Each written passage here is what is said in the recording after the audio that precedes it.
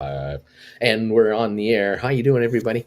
Welcome all to Palm Desert, California, where I'm hanging out right now. It's nice to see you, and I hope you're doing all right. Hope your stocks are going well for you. A couple of them had a pretty good couple of days this week and good week last week. Love it.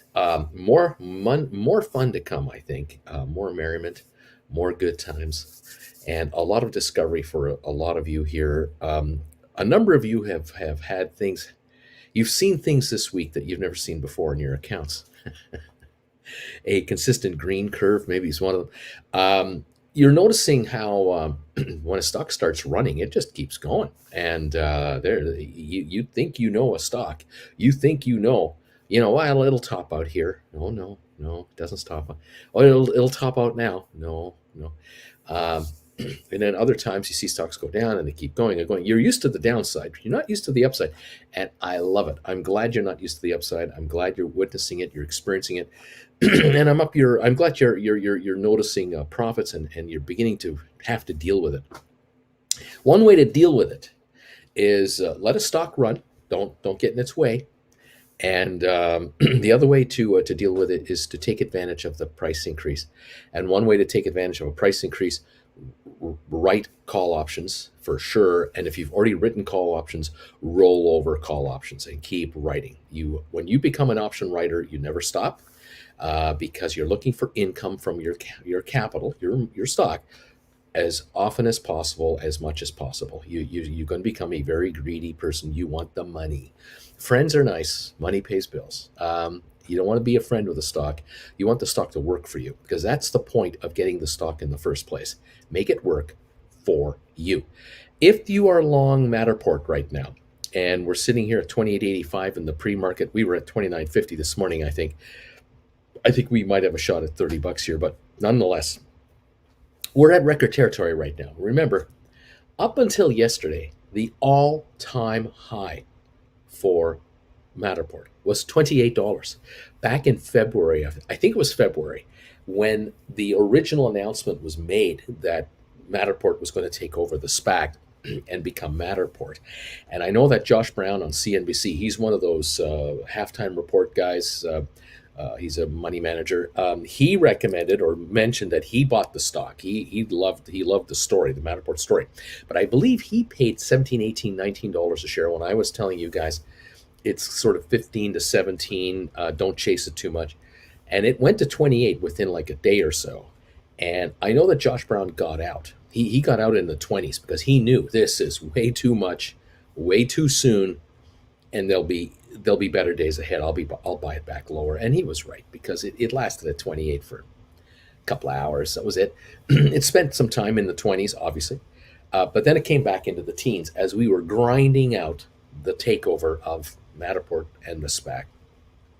And with all of the headaches from the SEC and all of the blocks and all of the attempted shenanigans from the SEC Rules Committee and all the changes and making companies write down all kinds of asset values when they had nothing, they hadn't lost any money at all.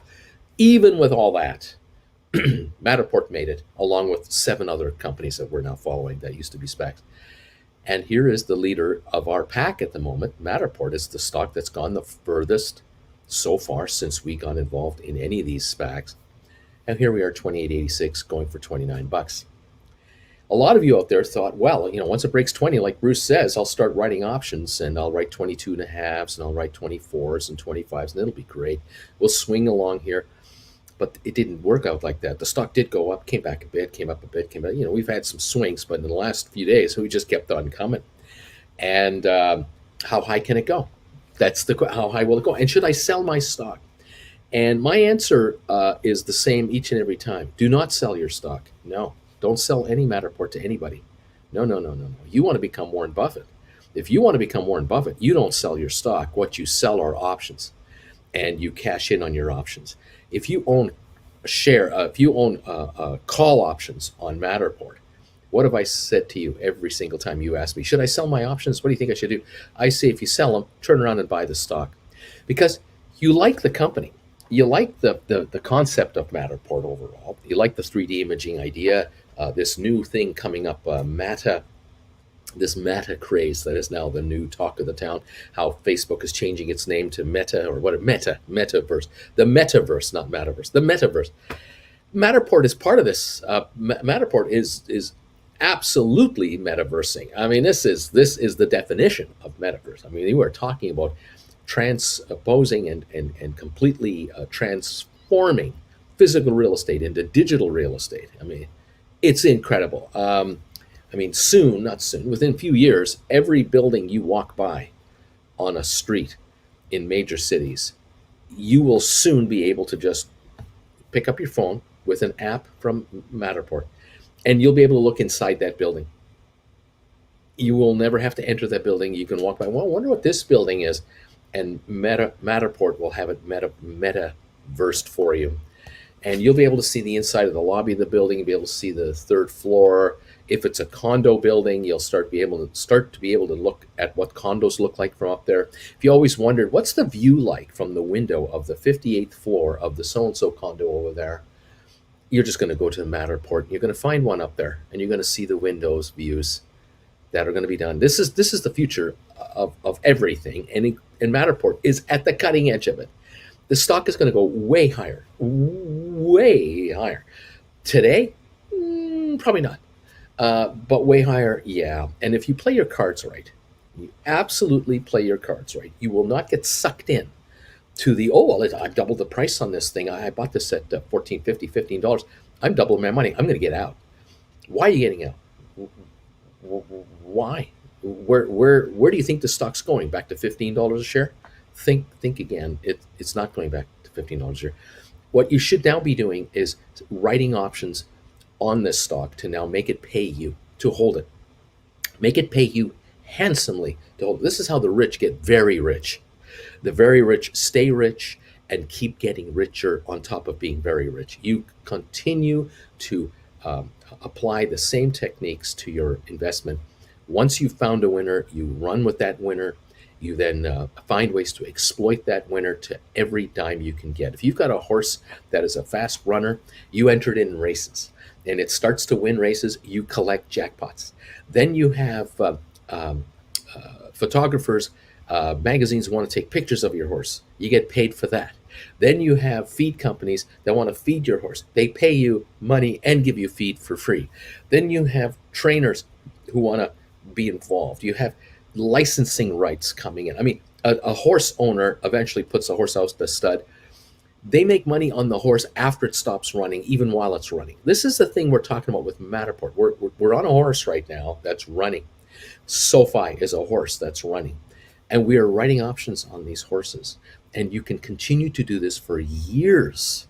I'm not talking weeks, days, months. I'm talking years. These kinds of stocks can literally allow you to retire from all other economic activity, where you do not have to get up at 5 in the morning to go to work downtown anymore. You are now going to become independent on your own from your portfolio if you play it right. Now, I'm not saying every single one of you have enough Matterport to retire on. You don't. I know you don't. But a lot of you out there have a bunch of this. You have it. I don't want you to sell your stock. I want you to just compound your revenue coming in by writing options. If you've written $30 call options, I don't want you to worry about it. If you've written 28s, 25s, 24s, I don't want you to worry about it. I want you just to enjoy the revenue coming in, enjoy the ride, because right now it's been a bit of an up ride. The stock will fluctuate. Sooner or later, it will plateau, and then it'll find its little groove. It may find a $4 to $5 or $6 a share groove between low and high for a while. And that's where you're going to find your new home. And you're going to find, yeah, when it reaches this level up here, I start writing contracts. And then when it reaches that level, I start buying them back. And you're just going to bring it in and bring it in. And you've got to be disciplined, patient, and you've got to be laser focused on the mission at hand. If you've played your cards right, and you do play your cards right, you're going to cash in your call options at these high levels. Call options of 15s, 1750s, 20s, 2250s, and so on. Cash them in for money, including all that premium that's on top of these things, and buy up the stock itself. You're not walking away from the stock. You're not walking away from your investment. You're just shifting gears now. You've gone from the basement to the lobby. You bought your options. You're now riding the elevator up to the 10th floor, 20th floor. You're selling your options. You're now buying the stock, which is just taking another elevator from here. And you're beginning to write options on your stock, which is another elevator taking you to the penthouse. And you're going to stay there because the cash flow coming in will allow you to keep paying the rent up there and the business taxes to stay in the penthouse. That is what is happening here. And if you play your cards correctly, you will have, I hope, hundreds, if not thousands, of shares of Matterport in your portfolio, and SoFi, and Rocket Lab, and ATIP, and Spire, and Sextera. You will have combined thousands of shares of these stocks, all bought and paid for, that are now going to start generating revenue to you as they reach these $20 levels and go beyond that. And you could have, in theory, with the SPACs that I've recommended over the last 7-8 months, and with GameStop, just those, that's 9 stocks, that's 9 places where you can write options and bring income in, whether it's a week or two at a time, 3 weeks at a time, a month at a time, 2-month contracts. You pick the contracts you want to write and bring in this income. You can change your lives completely. I'm really hoping that some of you have really analyzed this closely and you've come to the conclusion that if you only have 1,500 shares of stocks that you can write options on, in other words, you can write 15 contracts total, and you can bring in $3-4 a month in premiums from 1,500 shares, you're bringing in $4,500 to $6,000 a month in income. You're beginning to realize that that a lot of people don't even make that kind of money working. They don't work. They make that money working full time. I can make this kind of money writing contracts. Some of you, I'm hoping, will have enough shares, maybe 3,000-4,000 collectively and beyond, where you're going to write 30, 40, 50 contracts every month, several times over, perhaps weeklies or twice a month or so on. And you're going to bring in $3-4 a contract on 50 contracts twice a month. And all of a sudden you're bringing in 10,000, 15,000 a month in income. This just eliminates the need for you to work for anybody. You do not need to have a day job. And that gives you the 40 hours a week that you would have worked, plus another 10 hours a week that you would have dedicated to getting there and getting back from work. That's 50 hours of conscious time, awake time, to watch your markets, analyze your stocks, calm down, become experienced with your handling of your affairs, and tending to your children, tending to your better half, getting some travel in, seeing the world, maybe taking a college course on the side now, finding a hobby that you've always wanted to get into, changing your life. This is what it's all about. This is where I'm trying to get you to go to. I'm trying to get you away from the notion that, well, I'm gonna buy a bunch of calls on a stock. I'm gonna make a bunch of dough on it, and then it's a free ride after that for the rest of my life. No, that's not how it works. What do you do now? You've made a bunch of dough. Did you get out? If you did, way to go. What did you do with the dough? If you paid off your debts, great. If you didn't, shame on you. You should be paying off all your debts and making them go away forever, because once you're in control of your life, you have a whole different attitude on life. It takes a while to get used to this. It doesn't happen in 1 second. You have to become a new person, and you have to become the kind of person that now studies the world in which you're in from a different viewpoint. You're so used, I know this feeling, you're so used to being behind the 8 ball and scrambling to stay ahead of the curve that you feel that if you can stay ahead of the curve, you're successful and that you're meaningful. But the reality is that you're just working for somebody else, and you're working for many other people. What many of you think you do is that you work for one organization, that a supervisor with managers on top of that person and committees on top of that. You think you're doing, that's it. But you don't realize that if you have a credit card, you're working for that institution as well. You're making them money. You have a car loan, you're making the bank money that you're borrowing from. If you have a mortgage, you're making that entity money by making payments. You're beginning to you could realize if you really figure it out, write it all down on a piece of paper. Who do I owe money to, and what do I make payments on, and who's above me? Like what entities or people are above me that keep me down here, and who can you get rid of, and how can you get rid of them? And one way is bringing in income from a source that they don't control, that they don't dominate you on. Obviously, your employer say the wrong thing, you're on the street. Think the wrong thing, and it comes out. Watch out. Say the wrong thing to a fellow employee who says it to someone else, who says it to someone else, and then you're fired, or you're stymied in your career moves.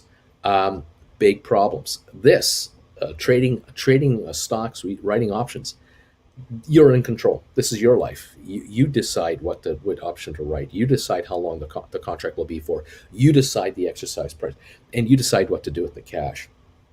And if you can begin the process of bringing in capital from your options and from your shares, and start to pay off these IOUs that you've had forever.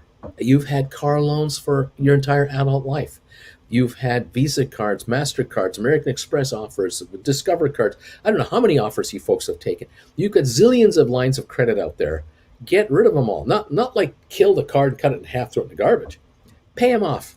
You'd be surprised, shocked actually, once you start paying off your creditors, how aggressive they are to try to get you back. It's unbelievable. It's not that you need them. That's the funny thing about it.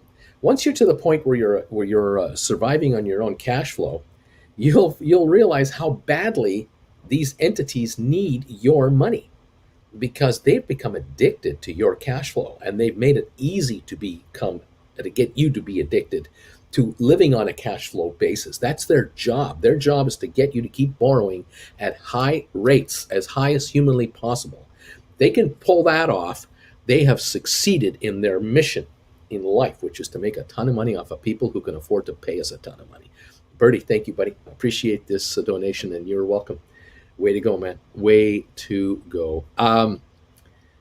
It's really interesting how when you do say goodbye to creditors, your entire attitude changes and your outlook changes. You now become a studier of human nature. You begin to observe life in a different way. You walk through your grocery store differently. You walk through a Costco differently. You go to a Walmart with a different attitude. It's incredible. You cannot. You have got to take my word for it. My life changed dramatically January of this year. Up until January of this year, Jennifer and I were just getting by, and I have two YouTube channels: Traveling with Bruce, Stock Markets with Bruce, and we were just getting by. And then January, all hell broke loose when the GameStop thing went whoa, and this channel went whoa, because I took a chance to go live with you on a daily basis and to see if it would work. I mean, what risk did I have? What was my downside? If I went live to talk to you folks about the market in plain English and it didn't work, I would just revert back to what I was doing before and make videos and hope someone will find them and watch them, and just just get by, and have IOUs here and here and here and here with our mortgage and everything else. But this channel has changed everything, and not only you who are here this minute, but those who will watch this show on a rerun, and those of you who've been part of this channel now since January to now.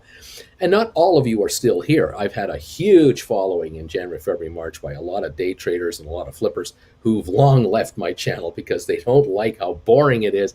They want action. It's all right. This channel has transformed our lives, and it has allowed us, along with unfortunately the COVID scenario, which happened to all of us. We're all involved in COVID one way or another. That has allowed Jennifer and I to change our lives completely, and we are now no longer sitting on a mortgage because we don't have a house anymore. We sold it. We no longer have any IOUs out there; they're paid off, and we have cash in the bank. And here we are now as perpetual nomads or temporary nomads, let's say, and we're in a condo in Palm Desert, California, for now, and we're going to continue to travel and move further ahead. The hope, of course, is we can travel safely with the variants out there. You know it, I know it. I'm not going to go into that.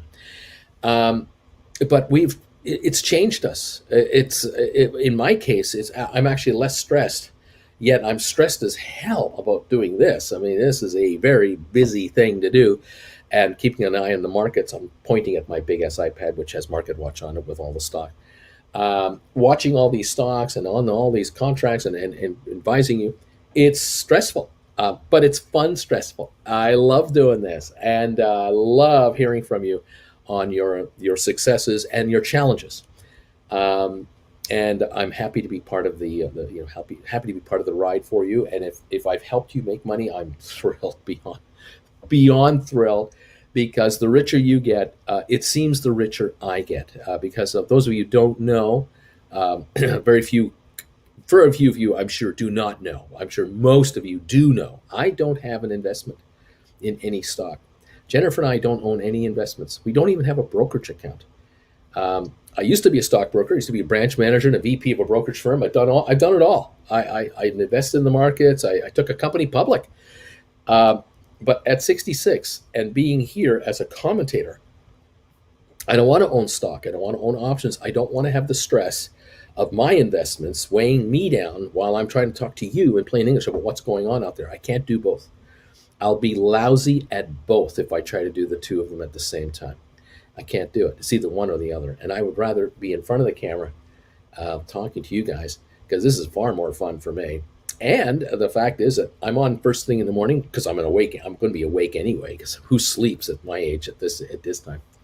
And my day is done when the market is done. That's pretty cool. And then I have the rest of the day for myself and Jennifer to relax and recover and scheme and figure out what we're going to do next. So it's changed our lives and it's changed our attitudes. And now I walk into the Costco store and I walk through the TV aisle. You know, all those giant screen televisions they have at the front, right at the front. And I look at them all and I go, I can buy any one of these I want. I can buy any TV I want. I don't know where I'd put it. I don't have a house. But I mean, I'm looking at these 80-inch televisions. $2,500. I can buy that. Not going to, but I could buy that. It's a whole different experience when you're in that position. The other day, Jennifer said something interesting. We were driving to Ontario because we were going to the Regal Theatre where we're going to do the meet and greet on December the 11th, which you're invited to come and join us. By the way, we're running out of seats. We were driving along Highway 10 and we passed a line of cars.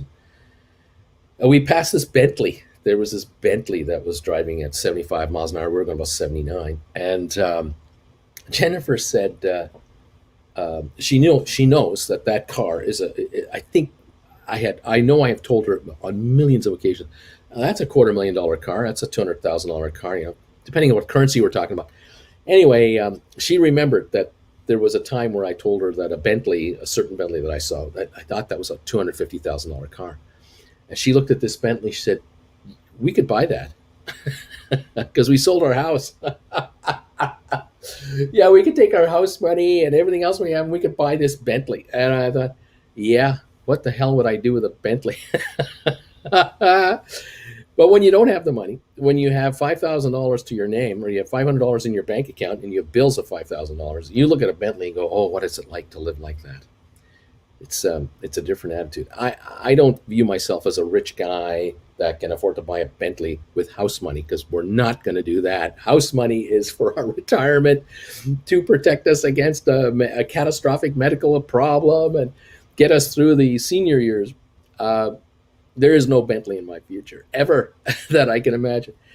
But it's interesting how you kind of look at something. Oh yeah, I could buy that. I could buy that. I can now buy that. But then you go, why? Why would I do that? Are you kidding? Makes no sense. That's ridiculous. And so here we are. I find it also still thrilling to go into a super Walmart and find something that I like to buy, whatever product it is, and it's on sale. It's on sale. Let's get a couple more.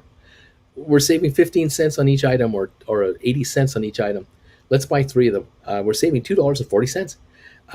I'm even more eager to save money today than I was when I was broke I remember when we were broke, limited cash flow, got our daughter, we're just paying all our expenses, trying to get through with her. I mean, it's expensive getting a kid through university that's in her, early 20s, and there's so much we have to come up with money for. We have our own bills to worry about, and there's not a lot coming in the front door. You're a bargain shopper, and many a month I remember. We're just waiting until Friday. Friday it opens up. Friday comes, in comes some dough. Payday is Friday, and but on that Tuesday, Wednesday, Thursday, oh, it's thin going. Many of you know what I'm talking about. You know exactly what I'm talking about. What that's like. Get away from this lifestyle. Get away from that world. Welcome to this one.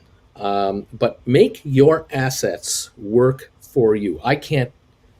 I know I've said it a million times, and I will keep saying it because there's always somebody new here that's never been here before, and some of you forget, or you are so busy with what your world is going, what's happening in your world, or some of you get kind of overconfident about how the market is going, and you think you know more than the market knows, so you don't.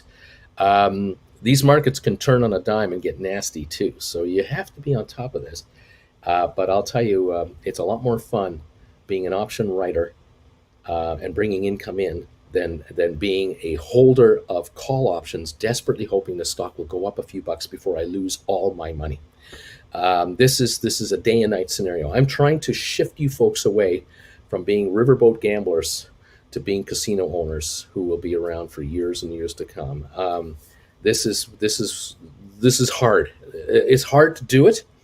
It's not hard to advise you to do it, but it's hard to do it because you've got to get out of that mentality of, well, if I don't have 15 contracts, that's 1,500 shares of leverage. I only have 500 shares if I convert these options into stock. You don't understand the other side of it. You're now going to write 5 contracts at a time, and you might be writing contracts 2 or 3 times a month, which means you're writing 15 or 20 contracts a month as you roll them over. That's like playing 15 call contracts, except that you're on the other side looking for them to depreciate, buy them back and write new ones, and to let them depreciate, buy them back and write new ones. You're just as busy. Actually, you're busier. You're probably busier as an option writer than an option holder, because if you buy options in the morning and the stock goes up and you sell them, yes, that's the home run ball for an option buyer. The bad news is you buy the options when you think the stock's about to go, and the stock doesn't go. It goes a little, but 4, 5, 6 days go by and it's up a little, but those contracts are the same price or lower. And then there's a down day, and the down day is a 10% down day, because you know how stocks go down faster than they go up. And that 10% down day wipes out 50% of your option value, and you will never get it back because it's now run out of so much time, and the stock will not recover quick enough. Even if it does recover a week later, your options are still down 30%. And if they then go up 10% higher, you're still down 15% on your contracts. You will never win on that trade. And so many of you like to write it out. I'll write it out. I'll see if it comes back. And the writers out there are just going, this is why we make so much money, because the gamblers keep gambling till they run out of money, because they get used to the new poor. They bought the contract at 3, and now they're used to it at 250. Now they're used to it hanging around at 2 to 220. Now they're used to it hanging around 160 to 180. They're used to hanging around 1 to 110. They're used to hanging around at 70 to 80 cents. And it goes to 110, and they feel like they've won, and they're still down 390 a share or 290 a contract. The writers know this game, and the writers cash in on this game time and time and time again. And there's no you don't know who you made the money from. They don't know who they're losing the money to, because it isn't you, the writer, that's a culprit. It's the stock. The stock is not delivering, and the calendar isn't cooperating. And as a writer, that's your secret weapon, the clock, an absolute secret weapon. So welcome one and welcome all to the show today. My little rant, it's not much of a rant, it's more of a maybe a pep talk for you. Those of you who are taking my classes on my website, stockmarkerswithbruce.ca, I hope you're getting a lot of information out of them. I hope you're finding it very useful. If any of you are downloading those classes and you're having trouble seeing them, or you're trying to see them for the second time, or Just send me an email. Just send me an email. Say, Bruce, I can't find lesson number one. I bought it a month ago, and I want to see it again. Can you help me out? I'll send you I'll send you a link. Try to let me know when you bought it. If you can do that, let me know when you bought it so that I can find the transaction on PayPal to make sure. Oh yeah, they did buy it, and then I will send it to you. Of course, we're here to help. But let's see what happens today and tomorrow and the day after, because market days are fun days when the markets are active. And oh, we're looking good. 28.88 on Matterport. We're just under 29 a share now.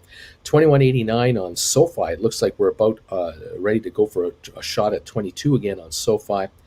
Fabulous. Watching a whole bunch of other stocks. I noticed this morning in the pre-market at one point this morning, I believe that even Rocket Lab was pushing. Was it $16? It was trying to push $16 around. It's 15.81 right now. I think it took a little shot through it, and now just under. I think it's going to go higher. I've got some news for you folks on some institutional buying that's being reported once a month. I believe it's once a month. You have to, if you're an institution, you have to file with the SEC.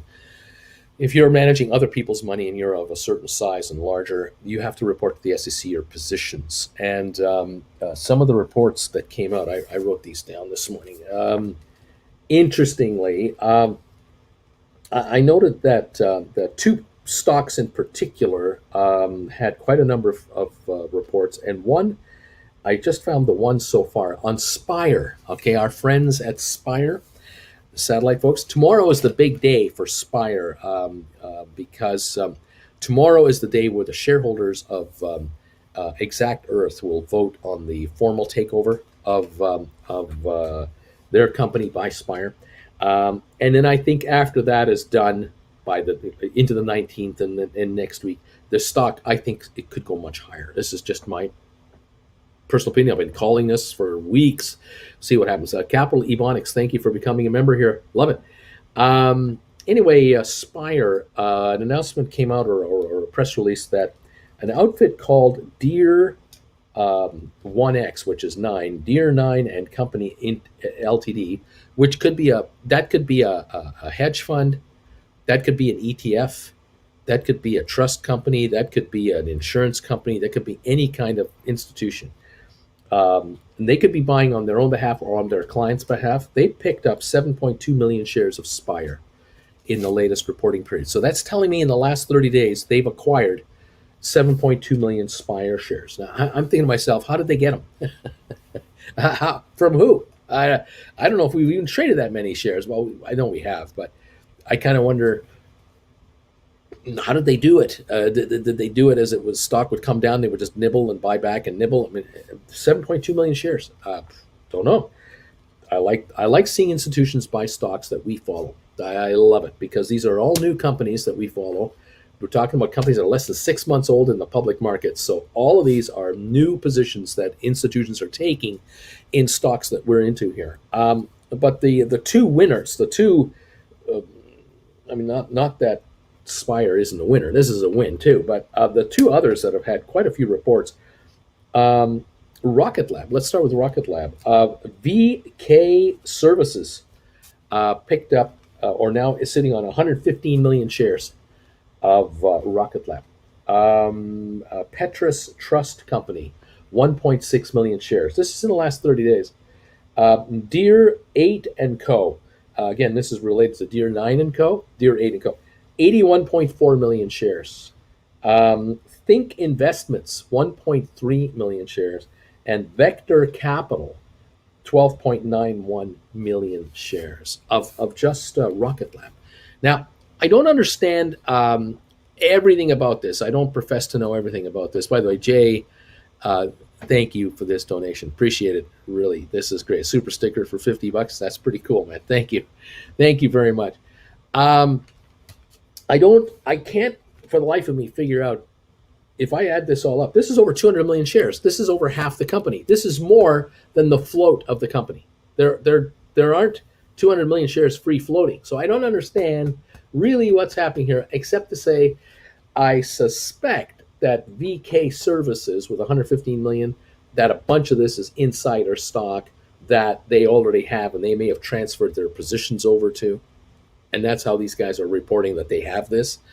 I don't know. But inside institutional investors, in the last 30 days, half of all the stock of Rocket Lab is now sitting here. This is just five of them. It's five that I can find reports. So there's something obviously happening. And the stock at 1587, we're going past 20 anytime now, and you're going to start writing options on Rocket Lab. Get ready to write options on Rocket Lab. And your mission in life should be to have enough contracts that you can roll into stock that you can write significant number of call contracts and add it to your arsenal of SoFi, Matterport, now Rocket Lab, and hopefully GameStop. That gives you 4 stocks to write options on that you own. And now there are 4 sources of income coming into your portfolio. You will soon walk away from even thinking of buying call options anymore. You're just going to be living off this cash flow from thousands of shares, dozens of contracts that you're going to write, thousands of dollars coming in constantly. ATIP, how about this? We have some buyers here. Something known as Monarch Alternative Capital picked up 2.85 million shares of ATIP in the last 30 days. Moab Capital, I've heard of Moab. Only 11,600 shares, but they have to report any and all trades because they're an institution. Serengeti Assets, Serengeti Asset Management Company, 600,000 shares of ATIP. Nighthead Capital, 7.77 million shares of ATIP. I was asking you guys and telling you guys and speculating with you guys, you think it's possible that there is a single buyer buying up every single share of ATIP that's coming in? Do you think it's possible that every hour or so that a buyer comes in and just grabs whatever is coming up, just puts it away? Is that Nighthead Capital 7.77 million in the last month? How about this? Gratia Capital, Gratia, Gratia Capital, 1.3 million shares of ATIP. I'm just adding their capital, their 1.3 to the 7.7 to the 2.85 from Monarch, and I'm looking at I'm looking at about 12 million shares. 12 million shares accumulated in ATIP in the last 30 days. Is it any wonder why the ATIP shares are no longer 260 a share? You kind of get the impression that, maybe these guys are buying up the ATIP because that moved it to where we are now, which is whatever, 440 or something like that. Yeah, 441. We had the 90-cent move last week. We had the big move yesterday, 48 cents yesterday, and we're sitting at 440 or so. Here we are, 12 million shares later. Yeah, that has an effect. I don't think these guys are going to stop. As a matter of fact, if they're responsible for buying up whatever's come in, they don't have to stop here because they haven't run out of money. They can just keep on buying and buying all they want. If they get the impression that ATIP, it could go back to $10 a share in the next 6 months, they're going to keep buying this stuff. They'll let it back off a little if anything comes in. But I can tell you, and I'm speculating, and we've been watching this together, you've noticed there isn't a lot of stock coming in anymore on ATIP at cheap prices. That's been bought up. And I think these guys aren't selling it now. They're not giving it back. They're not here for a $1 wonder trade. That's not their game plan at all. Their game plan, I think, is a double handle on the price of the stock and beyond 10. I don't think 10 is their number either. And it could well be that these folks will, after it reaches 10 or 20 a share, guess what they're going to start doing? They're going to start writing call options. That's right. They are going to start writing call options on their 7 million shares. By the time it hits $20 a share, these guys going to have 15 million shares. They're going to write options on 15 million shares. Not all in one price, not all for one Friday. They're going to spread it out. They'll write 500 contracts that expire this Friday at one price. They'll do 500 contracts that expire next Friday, maybe 2 or 3 different price points. The Friday after that, they will write thousands in contracts going all the way out, month after month after month, at all kinds of strike prices. because they'll have someone monitoring all these contracts. That's what they do. And that's what I'm turning you into in a very small level compared to what these guys are doing. Institutions are picking up our stocks. They're now picking up the stocks that we have been following since January and February when they were $10 SPACs. Now they are buying them. They're not talking to tell you to buy them. They're buying them. And there are other institutions that are saying, get out there and buy them, of course. Buy recommendations are coming out all over the place on a whole bunch of our stocks. It's going to get rather interesting. And I think you're going to do rather well. You're going to have to get used to a new world in the future. You're already adapting to it now. It's coming. You're seeing the very beginning of it with Matterport. You're just beginning to see it. The world of a stock that doesn't trade in pennies anymore. A stock that now trades in dollars on a daily basis, Matterport. You're going to begin to notice how Matterport will fluctuate $2 to $3 every day as a matter of course. Like you're used to watching GameStop. You're used to watching GameStop trade 10, 15, 20 bucks in a day, up or down. It's no big deal for you guys. It's going to happen to Matterport. If it's not already happening to Matterport, it's going to happen to SoFi. It's going to happen to Rocket Lab. It's going to happen to 23andMe. They will all break 20. They'll all go beyond that because they all have big plans. And most of these companies are sitting on a wad of money, a massive wad of cash. They haven't spent it yet. And this is what I love about these little companies. These little companies are sitting on hundreds of millions of dollars, and they're not in a hurry to blow it, get it out there, and just spend it. They are shopping around, and they're letting the deals come to them. Because think about it. If you're sitting on $450 million in cash, can you imagine how busy their phones are, their email accounts are? Can you imagine how many people are approaching their bankers, their advisors to get to the board of directors to say, hey, we got something we'd like to talk to you about doing a deal? Yeah, there are billions and trillions of dollars of deals looking for cash to do deals with. These guys are sitting on hundreds of millions of dollars, almost each one of them. And collectively, our 8 little SPACs, just our 8 that we followed back in January, they're now sitting on probably $4 billion in cash. Our little companies, $4 billion in cash is what they're sitting on. And I think that they can get their hands on 20 billion more if they wanted it. The right deal comes along, they can easily pick it up. This is what we're following. This is what we're into. So when you talk to a friend who doesn't know what you're doing, or a relative that's not quite sure what you're up to, or a pal at work, or somebody you haven't met in a while, and they say, hey, I heard you made some money on some SPAC or something. They don't know any of the details. They don't know the name of the company. They don't know anything about it. They have no idea who the hell I am. They have no idea what option writing is, and they're clueless. And you desperately try to, in 2 minutes, explain to them what you're doing. Good luck with that. It's not working, is it? Many of you tell me, oh, I tried to tell my brother what I'm doing, and he just got glazed eyes in 30 seconds. I don't understand this stuff. Don't kill yourself trying to explain to the world what it is you do. Keep it to yourself and just work your account and get richer. Because I can tell you right now, if you try to tell a relative of yours how they should conduct their lives, guess what reaction you're going to get? Leave me alone. Mind your own business. So similar here. That's how this works, okay?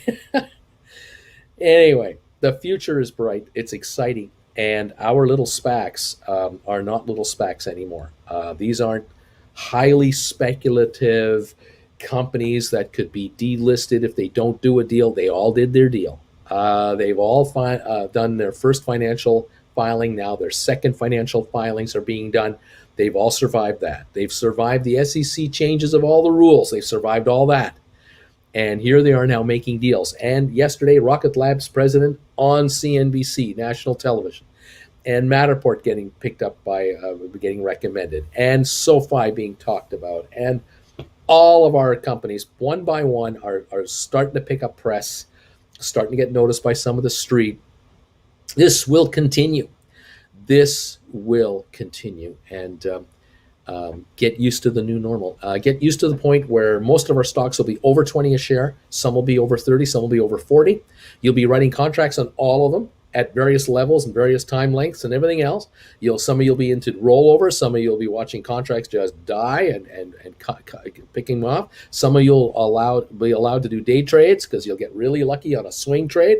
You're going to do it all. And if you play your cards right, you're going to have hundreds of shares of each of these guys or more that you can make a full-blown living off of, a comfortable living off of, without having to worry about a day job anymore. So let's hope this all happens for you. I'm excited for you all. Chew Dog, thank you for this tip. The donation. Uncle Bruce, I sold 20 Matterport covered calls at $125 in September. They expire in January. They are at $9 now. Should I buy them back or roll them over or just wait and see? So you've written 20 Matterport covered calls at $1.25 in September. They expire in January. They're at $9. So I'm assuming that Matterport is, what is it, at $28? You wrote what, 20s? Is that what you're telling me, that you didn't do 20 actual contracts, but you did $20 covered call contract for $1.25? Is that it? Anyway, yes. So what do you do? Well, you can look at a rollover. Definitely look at a rollover. That can be done at any time. I would be looking at a rollover perhaps today, and I tell you why. The reason I would encourage you to do a rollover while the shares are way up here is I want you to lock in a high expiration price. That's what I want you to do. I want you to lock in a high expiration price, not the 20. I want you to get up into the 30 range if you can.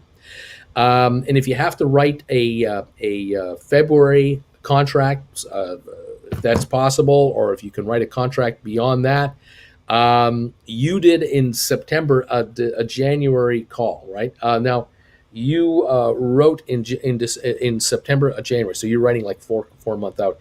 Let me take a look at these contracts here. So January 22. Okay, so February, March, April. Let me take a look at April. If you go 3 more months, if you write a $30 contract as of last night, you would have been getting around that 550 neighborhood. If the stock opens a little higher this morning, you'll get obviously a bit more. We'll see what happens in the opening. If you can get about $6 for a $30 call, in theory, you'll be buying back this call for $9, selling that one for $6, which means you lose $3 on your contract rollover, but you're gaining $10 on your exercise price, right? You're locking in a $10 gain on the exercise price. That on one contract, that's $1,000 more on being exercised for a cost of $300 to do the rollover. And theoretically, the contract you're writing is worthless because it's out of the money right now. And also, if the shares do reach 30, but they come back to the 26 range on a bit of a profit-taking move, which is highly anticipated eventually. Let's say it does happen, it touches 26 ever so briefly. Your contract will be $4 out of the money and will definitely not be trading at $6. It could be down to $3.50 or $4, giving you the opportunity to buy back that contract and bring back $2 to $2.50 a contract of the $3 you're spending to make this move. That is a good idea. And at that point, you can see if the shares want to recover back into the 28, 29 range. You'll write 30s again, but you might write 30s that are January 30s or February 30s or March. You'll decide at that point in time. This is one option or one choice you have right now, is to do an April 2022 write of a 30. If you want to go further out, and you can go one full year to January 2023. If you write the $30 call for January 2023, you'll bring in over $9, which means this rollover costs you no money. It allows you a $10 move in exercise for just as much cash as that you need to buy it back and write this one instead. And the one you're writing is worthless. It's out of the money. It's all premium. And again, if the shares do a correction in the next month and they touch $25 on a pullback, they touch 24 on a pullback, you know, and I know this can happen. I mean, it just ran from the low 20s to almost 30. It can certainly go the other direction. We don't want it to, but we know it can. This $9-something call will drop to $4 or $5. And if you then buy it back at say $5, you make $4 on this contract profit. You rolled out of the other one, right? And so you're ahead of the curve, and then you can rewrite at that point, the next call based on what the market is doing and where you're at. So think about those two situations, whether you want to write for just April or you want to write something for next January by taking the big fat premium. Watch the opening of this market. If it pops up into the 29 range, this $30 call for Jan 23 may reach $10. And put in a stink offer. Remember, if you buy it, also to buy back your contract, put in a stink bid. Don't pay more than you have to. And if you're going to do an April instead, again, same strategy. You might get up to $7 for it. Again, I'm guessing because I don't know what the market is going to do exactly, but we're watching for this. I'm going to take a look here for if indeed you did write January 20s, and I'm still not 100% sure on this, but let's say you did write January 20s. Excuse me. They closed last night at 9 to 9.50 bid ask. That's what I'm showing. And that makes sense because the contract is $8.67 in the money. It would have a $9 value at least because it's worth $8.67 book. This is a very low premium to pay. If you can get them for $9.05, $9.10, if you are going to buy this back, you're not going to do the rollover until you buy this contract back first. So I would put in the stink bid of $9.05 if it was going to open at 9 to 9.50, let's say. I'd put in a $9.05 stink bid. But I'll wait. I would recommend you wait the first half hour. Because if in the first half hour the shares pop up, but then they back off a bit, and we're down $1 to say $27.75, you may find that these contracts will retreat into that $8 level, $7.80 level. You'll put in a stink bid down there, see if you get it back. Once you buy it back, if the stock has dropped a little, but it's not dropping a lot, you make your move back. You're now flat. Now you're hunting for which one to write next. And this is where, if you want to recover all the money that you've just used to buy this contract back, you are now hunting for the next write, which could be an April write or could be a January 23 write. Again, watch that market. If it bounces back up, it goes down to 27.50, 27.75, you buy it back, and now it pops back to 28, 28 and a half. You're now looking to offer a stink offer on a call, and you're looking to score $7 to $10 on the next write, which brings in more or as much as or more than you just spent to buy this one back. Got it? Hope that makes sense. Thank you, everybody. Break even on Matterport, $20 calls. They sold as $21.25. They are losing $7.25 share right now. That's insane. They're not losing money. Their shares are up $9 as well. They're ahead on both fronts. So they're ahead on one, and they're making a move on the other. There's ways to make this work. Actually, I started here with Bruce. I wish I listened more about the long plays, but I learned so much here. It pushed me to learn more. It's not a loss if you never had the money. James, Auntie, the SoFi news on Monday was about insiders having the possibility of selling their shares. There will be no dilution. That is correct. There is no dilution on SoFi stock.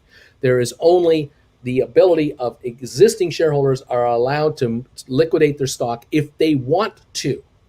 And again, this is not a guarantee that they will, but they are now able to. Now, Barclays has been brought in as the dealer to help with the repositioning of these shares. I expect all 50 million, if they're going to sell, they're going to go to other institutional buyers who want them to go long. It really won't make any difference long-term whatsoever. Retail just reacted to the headlines, which is why the stock dropped. It'll recover, no worries. Exactly, anti-PC. You got it. Let's see. I'm all ready to buy a bunch of SoFi today. Would be nice if it just took a small dip, just a little, not asking for 20, but maybe 21.50, please. They're not going to listen to you, my friend. The stock goes wherever it wants to go. If there's more buyers than sellers, it goes up. It's as simple as that. It's ruthless, it's heartless, but it's oh so effective. We're opening in, 6 minutes? Getting exciting around here. ATIP, waiting for it to open. Last trade on the pre-market, 442. Watching other stocks here. I'm showing Spire 555. 5, up 8 cents, I think. Let's see what else is going on. Smart Rent at 10.90. I've got 23andMe looking like 11.05. GameStop seems to be 206.63, a little lower. Our friend Rob is trying to buy his 210 contracts back that he wrote the other day. They expire on Friday. They will be lower this morning to start the day. Rocket Lab 1580 right now, up 32. Sixterra showing 1019, down 11 cents. 23andMe 1105, up 6. Matterport 2880, up 29, and SoFi 2192, up a quarter.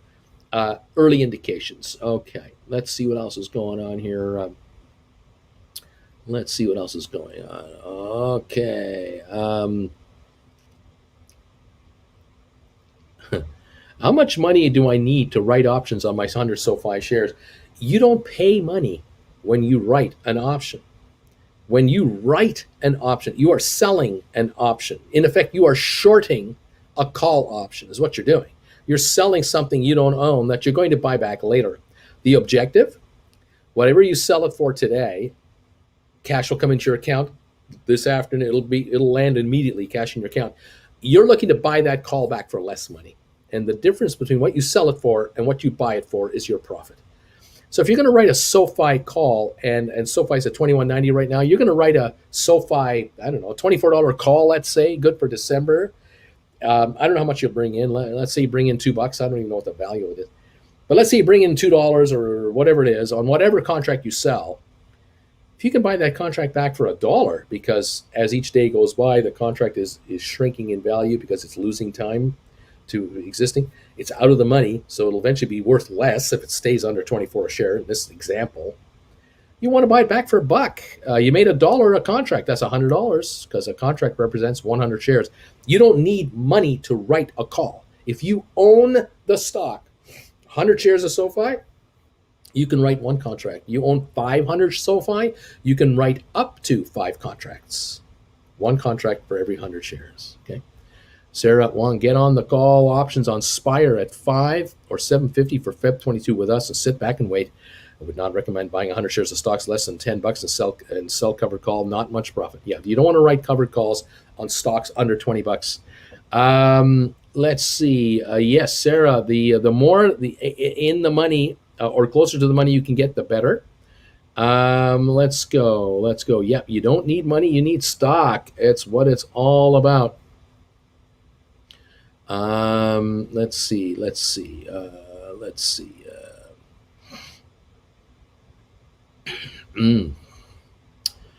Flesh infection. I cashed out of my cruise line stocks when I read some dude's post about GameStop, and I bought 30 shares at $79. Sold on the first pop, then proceeded to a YOLO meme loss because I was new and stupid until I met Bruce. I heard about Bruce. Hey, Bagel Crew, I got a question. If I'm up on a call option and it is expiring, its expiration, I do nothing, will I keep the premium or will it expire worthless and I lose everything? If you don't sell your call first, you're an idiot. That's number one right there. If you don't sell your call and you're up on it, you're a moron. I don't even know why you're in the market. It's unfathomable to me that you would not sell a call that you're up money on or it's worth something. I mean, it's like being on a highway and a car's coming at you. Why wouldn't you get out of the way? What? I can't even react to this. This has got to be a gag comment. At the end of your options life, if it's in the money or it's worth money, you sell it, and you should have sold it days before to take advantage of premium revenue or premium value. I don't know what else I can say. I'm getting all worked up about that comment. That's ridiculous. Anyway, let's move on. Thank you everybody for being here. We're going to go to member comment only. Thank you all for being members of this channel, and some of you joining this morning. This is awesome. Thank you joining while we're doing the rant. I love you for that. Remember tonight, 8:00, members only show, primetime show tonight, 8:00 with your buddy Uncle Bruce. It's the big Q&A. Ask me whatever you want. We're not going to be bothered by the market tonight. It's just us. And last week we did it. We're doing it every Wednesday night, 8 o'clock prime time. And I'm looking forward to having you join me. We did have fun last weekend. 281 thumbs ups. Keep them coming in, folks. I appreciate these thumbs ups. Awful kind of you to do this. We're member-only comments now. Please become a member and join this great gang. They'll help you figure out what's going on. If you have a question that I can't answer, or you ask a question and I'm 15 minutes behind in comments, you'll probably get your answer from fellow members before I can get to it. That's one of the beauties of being a member of this channel. Thank you all for being here. Larry is going to hit the bells for us any minute now. We're going to be ready to run this market higher. There it is. It's official. Larry has hit the bells. And you know what that means. The market is open for trading, baby. And we're going to get richer. I mean, that's just all there is to it. There's none of this, staying poor anymore. We're going to get richer, and we're getting richer now. How about that? I like that idea a lot. I got Matterport higher at this point. It would appear, although my big-ass iPad just conked out on me. It wants to take a nap now. Of course it does. Stupid iPad. Wake up. 28.51 up 139. Is that right? 28.97 up 46, I guess, is the actual market as we come into the opening here. We're down 39 on the Dow. We're down 2 on S&P. We're down 1 point on NASDAQ. Oil down 82 to 79 bucks a barrel. 79.90 to be precise. Markets, comments, welcome one, welcome all. So good to have you here. Rocket Lab, 15.74 up 26 cents. SoFi, 21.76 up 9. GameStop, 206.83 down 35. Now it's down 70. We've got Matterport, 28.92 up 41. We have ME at 11 up a penny. Spire, 5.45 down 2. ATIP, 4.35 down 7 cents. Again, these are first trades, first thing this morning. Smart Rent down 9, Sextera down 23, AMC down 35, Robinhood down 20, Vanik down 130, Home Depot up 220 to 394, IBM up 11, the Dow down 55 now, Microsoft up $1.20, Apple up 80 cents, Tesla up 10 bucks, Bed Bath Beyond up 47, BlackBerry down 20, Royal Caribbean down 29 cents, Goldman down $1.17. Easy Pass is here, new member, welcome Easy Pass. Welcome to the gang, and make sure to join us tonight, 8 o'clock Eastern, for the live show. Prime time live with Uncle Bruce. We'll have fun here. Let's see. What else is going on? Uncle Bruce, is Rocket Lab still a buy at this price? Yes. I can just afford 47 more shares to get me to the 100, or should I get cheaper stock like Spire? Get to 100 Rocket Lab. You're about to go to 20, and then you'll be able to write a contract on that stock. Get to 100 shares ASAP on Rocket Lab. Another morning, another $3 spread on bid ask for $5 Spire calls, 123 expiry. 2 bid, 5 ask. You got to love this country. What else is going on? Welcome back, Easy Pass. Right on. Number 314 checking in. We have 321 thumbs ups right now. 314 just checking in to say hi. Beautiful, guys. Thank you for these thumbs ups. Hit that button. Hit that thumbs up button. Give this show some momentum. Where are we at? We're at Rocket Lab up a quarter on 346,000 shares so far, 1573. SoFi at 21.75 up 8 cents. Volume 827,000. Over on GameStop, 206.01 down $1.17 on a volume of 34,000 shares. This kind of volume on GameStop, stock goes lower. There's no way it can even hold this price. You need much more volume than this to hold this kind of a market. Just saying. On GameStop, now that it is sitting here, let's see, it's now 207. It just popped on me. Is that right? Let's take a look here. 207.97 on GameStop, just popped a bit. The 210s are 4 to 440 last I see, but I think I'm looking at last night's quotes. So my stock option quotes are behind. I'm curious to see how Rob's doing on his contracts. Trying to buy him back nice and cheap today. Let's see. Go Matterport. Wow, says nephew. 29.60 up $1.09 right now on 453,000. Those of you who have not written options on Matterport, you want to take a look at 30s, either for this month or December's or even January's, and bring in some serious premium money. Very nice. Let's see. Let's go. Let's go. Easy pass. Uncle Bruce gave me an easy pass on my life, writing options and making money. Thanks, Uncle Bruce. Way to go, easy pass. Nice job. And let's see what else is going on. When we will hear about GameStop's earnings? That is coming up, isn't it? That isn't long from now. One of you probably knows the answer to that skill testing question. Rocket Lab up 20 cents, SoFi up 22 now, GameStop up 330 to 210, Matterport up 90 to 29.40, ME up a nickel now. Spire at 543, down 4 cents on 15,000 volume. We were as low as 543, which is the moment ago. We're now 546, down 1 penny on Spire. ATIP, 429. This is the low of the day. 426 actually, down 13 cents. 61,000 shares. Interesting how that runs. Smart Rent 1093, up 3 cents on 5,000 shares. Sextera down 18 cents on 8,200 shares. We have nothing on some of these stocks to open up the day. Uncle Bruce Chase. I have a rule of thumb regarding rolling covered call options. If there is $1 per day value remaining, I hold on to them. Is this wise? There's $1 a day value remaining, I hold on to them. Is this wise? I don't understand the question actually. I'm don't know which stock you're talking about. Don't know what timing you're talking about. Don't know what values. So I'm unable to respond to that. Hey, Uncle Bruce, would you recommend trying to get a January 23 ATIP call for $2 stink bid? For a $2 stink bid, trying to get 2023 calls or get 100 Spire to write options in the future. So you're trying to buy a Spire call. No, you're trying to buy an ATIP call or buy Spire stock. You're asking me which way to go. You're on your own on this one. You got to make up your own mind. It's been under Coyote. It's been under 1.5 million for 98% of the time. It's been staying over 200. The volume doesn't seem to make sense for a reason. You're talking about GameStop. Yeah, well, as I say, lower volume is not what we want to see. We're at 211, which is great. 211.89 on GameStop. It's up 471. This is good, but I want volume too. I'm greedy. I want both. I don't want to just have a $4 move without something. Like, I want money behind this move. It's up 5 now, 212. I'm happy to see it. Don't know why, but I'm happy. Go GameStop, go.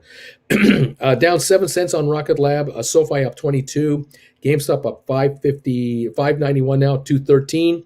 Matterport 29.57, up $1.06. ME 11.19, up 20. Spire now up 4 cents to 551. ATIP now down only 8.5 cents, coming back on. Smart Rent up 3. Sextera down 20 cents. 212 on GameStop, up $5. Let's see what else. I'm so excited about Rocket Lab. 852 viewers, but only 362 thumbs. I think we're now at thumbs ups count. Let's take a look here. We're at 355. Keep them coming, guys. Thank you for these thumbs ups if you could. Uncle Bruce says Matterport not going to move pennies anymore. This morning's up $1. It's like he has a crystal ball. Again, GameStop up $33 on 30,000. December 7 GameStop earnings. Thank you. Hey, Uncle Bruce, can you discuss your point of view on tomorrow's Exact Earth shareholder vote? The vote will go through. It will be approved, and then we'll see what happens with that Spire stock. I'm hoping for a real run on it. I would be disappointed if we didn't get one because I think it's being artificially held down. We're going to find out real soon, kids. We're going to find out. Excuse me. We've got the Dow down 81, S&P down 8, NASDAQ down 11.9. All right. Michael says that Credit Suisse raises SoFi Technologies price target to $19, up from $16.50 after third quarter revenue beat, maintains neutral rating. They seem to be a bit behind. I think you're right. Let's see. What else is going on? Uncle Bruce, I have about 25 grand or so to throw into the market.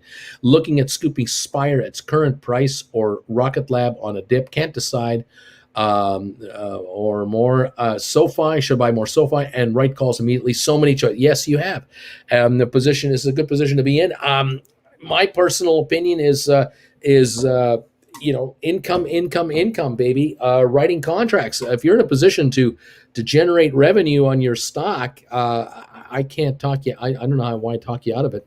I'd really rather see my viewers have more shares that they can write options against. That is the secret to it's the secret sauce, I think. Anyway, I don't know. Matterport is hunting for the $30 mark. That's right, 29.62. We're going for 30. Let's see, 353. I was 132. Fabulous, folks. Thank you for giving us thumbs ups today. Appreciate this. Let's go. I think Credit Suisse has been eating too much chocolate. Late to the party, pal. You're late to the party. GameStop now 211.67 up 448. Now up 428. Rocket Lab went positive again to 1558. Here we are. We're 440 away from writing options on Rocket Lab. We're one good day away from getting ready to write options on Rocket Lab. It's about to happen. I don't think $20 is much of a reach anymore for Rocket Lab. We're so close. And when it goes, it'll go quickly. This will not inch up over weeks to get to 20. It's going to happen in a day or two. It's just like when it goes, it's quick. So saying, that's what I'm saying. Here we go. Tasty Donkey. I was explaining it to the wife last night about options.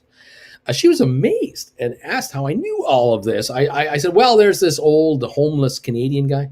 She just shook her head and walked off. There you go. What can I say?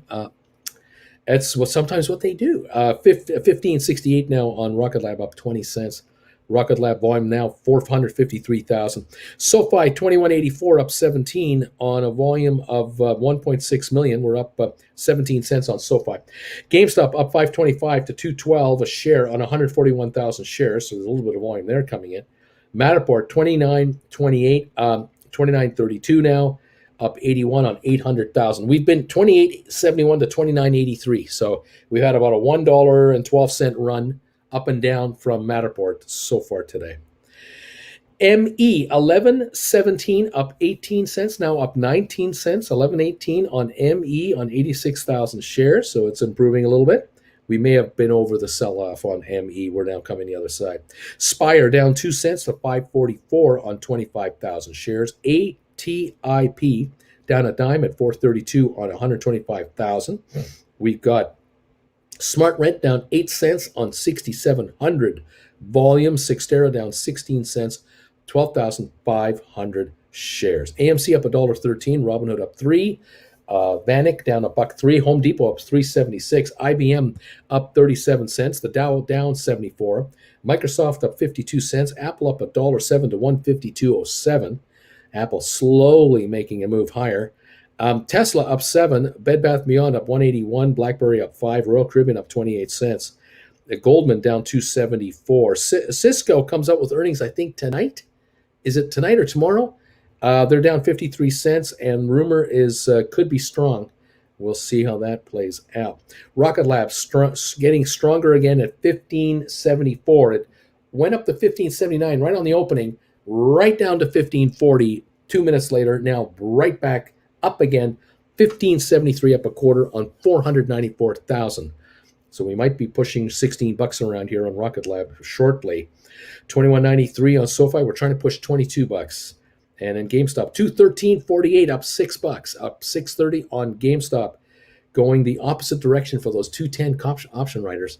But that's what it's doing. If it reaches 213 to 215, maybe 215s could be written for tomorrow, maybe, or day after tomorrow. Maybe you could write 220s for next Friday. On the other hand, you may want to wait out the earnings of the company. We'll see what's going on.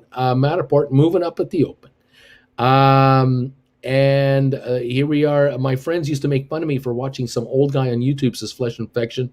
Now they're just quietly holding their massive bags. There you go. Let's see. Cool, says Mediocre. I scored some SoFi now at 240 shares. More money coming over today to get another 160. Got to get to 400 shares. Let's see. Let's go. All right, Uncle Bruce, I'm thinking of rolling over my November 19 covered call contract to January. Again, I have no idea what you're talking about. Let's see. Hi, Bagel Bunch. Hey, Paul, how you doing? SoFi 22, 21.96. We're just about there. We're doing it. Yeah, GameStop, baby, better roll those calls. It can always be done. 216 on GameStop, up 9 now. SoFi, $22, up 33 cents. Rocket Lab up 27 cents to 15.75. Matterport 29.92, up a buck 40. ME up 21 cents to 11.20. Spire down a penny. ATIP down 13. Smart Rent down 8. Sixtera down 14 cents. We got winners, losers. The winners are moving nicely. The losers are losing just a few pennies, and that's all. This whole thing can turn green at any time. We're down 52 on the Dow. We're climbing quickly. Down 6 on S&P, down 3 on NASDAQ. The market is coming on quickly right now. The oil at 79.95, down 81 cents. So we got going on here. Looks like I sold my Matterport cover call too early, says Emlyn Allen. That's what she's wondering about. Pick comb. I'm up 715 minutes. Giddy up. 1571 on Rocket Lab. $22 on SoFi. 217 on GameStop. Up 993. We got a Matterport 29.87 high today, 29.95, which matched yesterday's high and the all-time high. Matterport 11.18 up 19 cents. That is just short of the high of the day of 11.24 on 124,000. ME looking good. Spire only down a penny. Come on, Spire. Get on fire. That's what I say. That's what I say, man. Yeah. All right. Like it. Let's see. Hi, Bruce. I was talking about Matterport. Is it a good idea to move Matterport for 50 cents from my current option from November 19 strike 25 to January 21 for 50 strike 30? So you've got a contract that okay, you're only talking about the difference in price between the two contracts. I'm getting it now. It takes me a while. Orion, you might be better off just selling your call for cash and buying the stock. Get ready to start writing options, man. Get out of the options buying business and get in the option writing business if you can. January 30s, look, the stock's right there, 29.77. I understand. I get it. You got to make a move because it's expiring, so you haven't got any, you have no time. So you make your move. At least make this move. If I get that out, at least make this move. But boy, I'd rather you were into stock and you were writing calls. That's what I'd rather you be doing now. Okay. Bought Rocket Lab 1541. Here we go, Matterport going to bust through 30. 29.80 right now. Let's see. Come on, baby. Let my Spire. Let's go. Can you explain an instant? No, I can't. Not today. Michael, I can't do that. Uncle Bruce, I think of selling cover call on Matterport as far out as possible at 35 strike, then use the premium to buy the stock. Yes, you can do that. You can write a call way out for big money, take the money and buy more stock now. Yes, you can do that if you wish. This is the beauty of writing options. You can use options to buy more stock. Yes. Matterport 29.76 up 125. ME 11.13 up 14 cents. GameStop up 6.50 to 213.68. SoFi 21.96 up 28. Rocket Lab 15.73 up a quarter. Okay. The only play I see left is buying Aspire and ATIP right now. Y'all missed the boat on the rest. Options time if you did. Good morning, Uncle Bruce. Just want to say my favorite part about this channel is the community. We help each other here. It's encouraging, and I hope we continue to empower each other. Orion, I have a covered call expiring this Friday. Oh, man, you're killing me, man. I mean, when you folks send me a message, you got to help me out. I hate to keep harping on this, but folks, I'm watching 25 things at the same time. And when you send me messages, you've got to be more clear with me. Don't give me cryptic messages. Get detail. Tell me what you're asking me about. You were writing. Did you write a call? Do you own a call? Are you long a call? Are you short? Are you? You got to help me out here. Tell me the name of the stock you're talking about. Tell me the expiry date. Give me some history on this. I can't read your minds. I'm trying to, but I usually blow it. And nothing is more frustrating to get comments after I spend 15 minutes or so, or a minute or two, trying to tell you what I think, and then read a comment. Oh, no, that's not what I meant. I meant this. Like, I don't like this. Come on, guys, help me out here. I'm trying to help you. It would make it a lot easier if you can help me out here, guys. Anyway, it's okay. All right. I'm not mad at you. It's okay. I love you. It's just, I'm trying to, you guys got to help me out here. Just help me out. There should be a template for questions about call options. Yeah, well, there isn't. I know. If one of you wants to make one, and then you guys can copy and paste it and use it going forward to fill in the blanks for yours, that would be great. Man. Anyway, Bruce, I have a stock I made a transaction on. It expires in the future. What do I do now? And how high will it go? And when? Oh no! Oh no! Oh no! Hey, Uncle Bruce, I've got an option for a company expiring sometime. Should I roll it?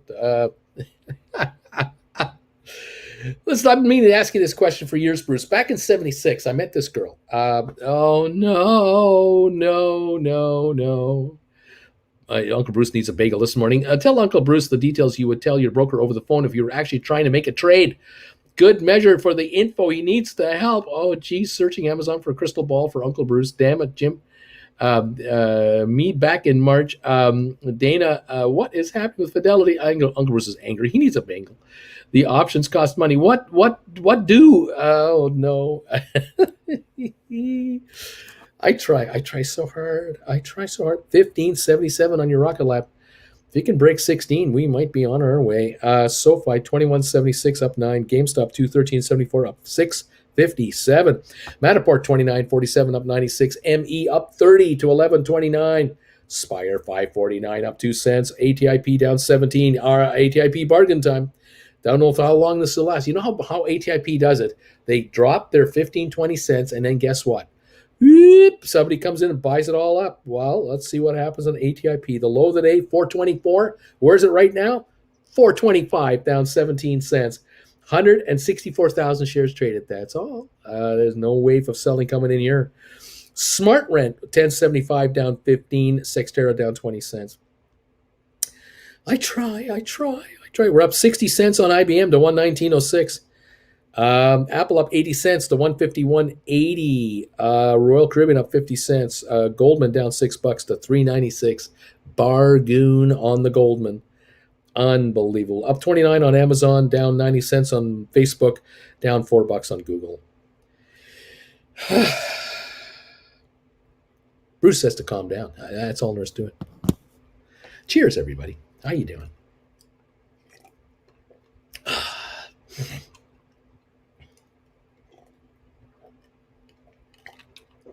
Oh, boy.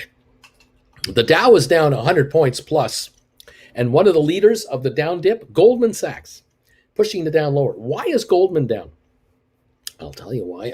The reason that Goldman is down is because it would appear that it might be that interest rates are lower or not going to go up as much as people had hoped, or as soon as people had hoped. How about that? The 10-year is now 162.9. It was at 164.65 this morning.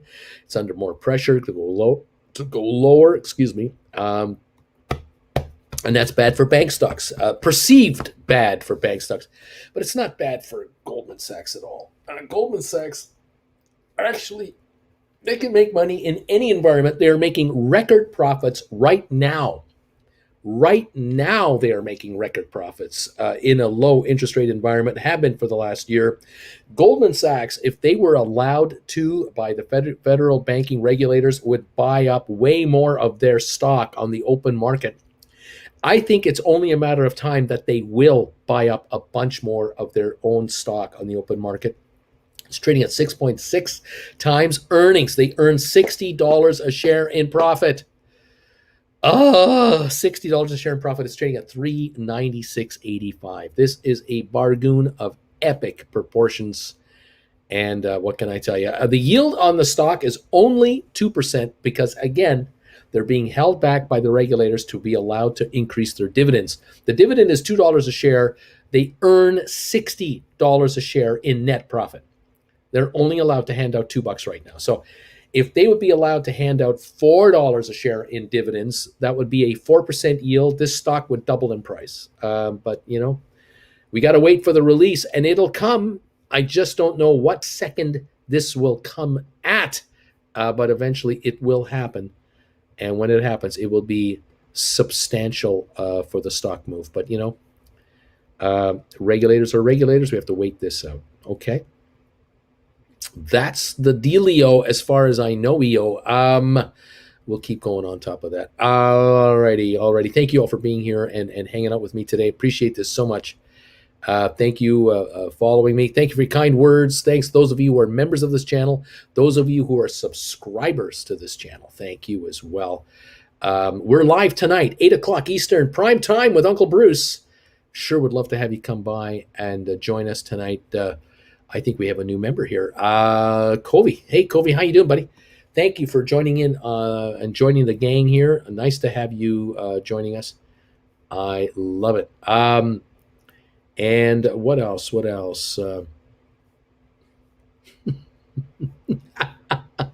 Jake, here's a template for everybody. I wrote or bought a call or put at a strike price of expiring on this date. Now go from there. That would help me. Then I kind of know where you're at, what you're at, what's going on. That would be cool. Anyway, there you have it. And the key here is once you make your first one, you copy and paste that, and then you keep a copy of it, and then you get to use that every time by just filling in different numbers and different symbols, and that would help me a lot. I agree. Why won't Uncle Bruce and AJ ever get angry? Why?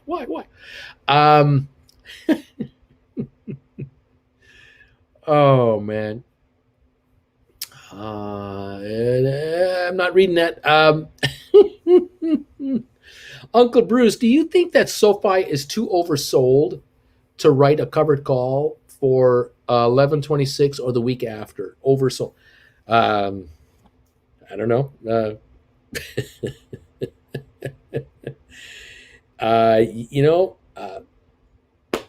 Do you have to know this? No, you don't have to know this information. You think you know it all. You think you got the technicals all figured out, and then the stock does something completely opposite. So I can't tell you that. But on SoFi, if you're going to write a covered call for 11/26 that expires next week, look at writing 2023s, 24s for that point in time.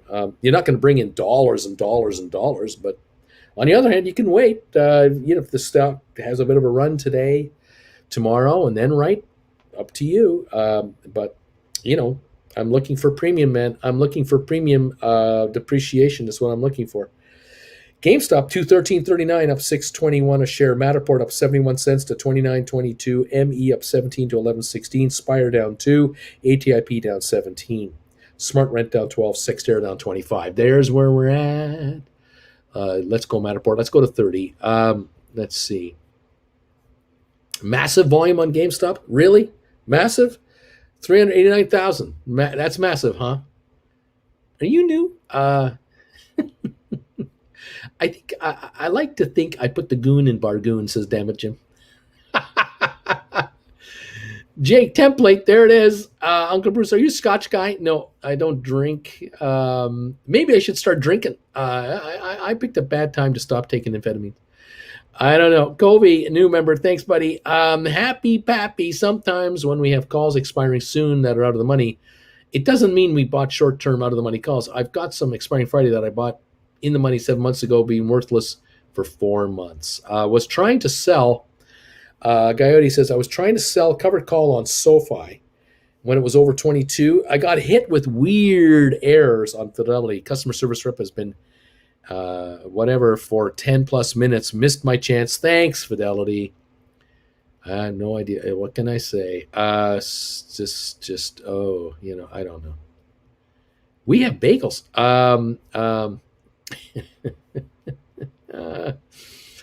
Yeah. Let's see.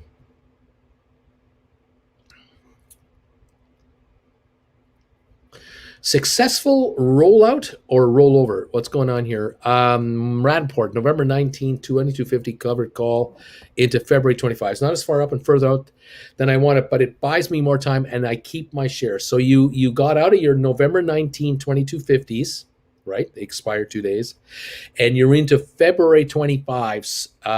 There you go. Good move. Always making a good move there. Let's see. Let's go. Uncle Bruce, I just bought 4,000 shares of Spire. Decided not to go for more SoFi as I have a fair amount already. I wanted to split my cash a bit. I'm not in a hurry with that one, and it's cheap right now. There you go. Spire is cheap. There's no doubt of that, in my opinion, too. Spire right now, 540, down 7 cents. Scoop this stuff. Let's see. That lampshade is crooked again. Bruce, please tilt your head to the right about 8 degrees to fix this. Please have your head that way the entire show so that it's all good. There we are. How about that? What lamp? There's a lamp here. Where is it? I don't see a lamp. What are you talking about? I don't know that. What are you talking? Welcome to the road to financial freedom, says Jesse Jett. Thank you, Uncle Bruce, for training us and showing us the light. I see the end of the end game, and I can't thank you enough. Way to go, Jesse. Julie Guyota, I have nothing but trouble with Fidelity. Every trade I've ever made. Switch to TD Ameritrade. Let's see. I think there was sarcasm in that massive GameStop trade.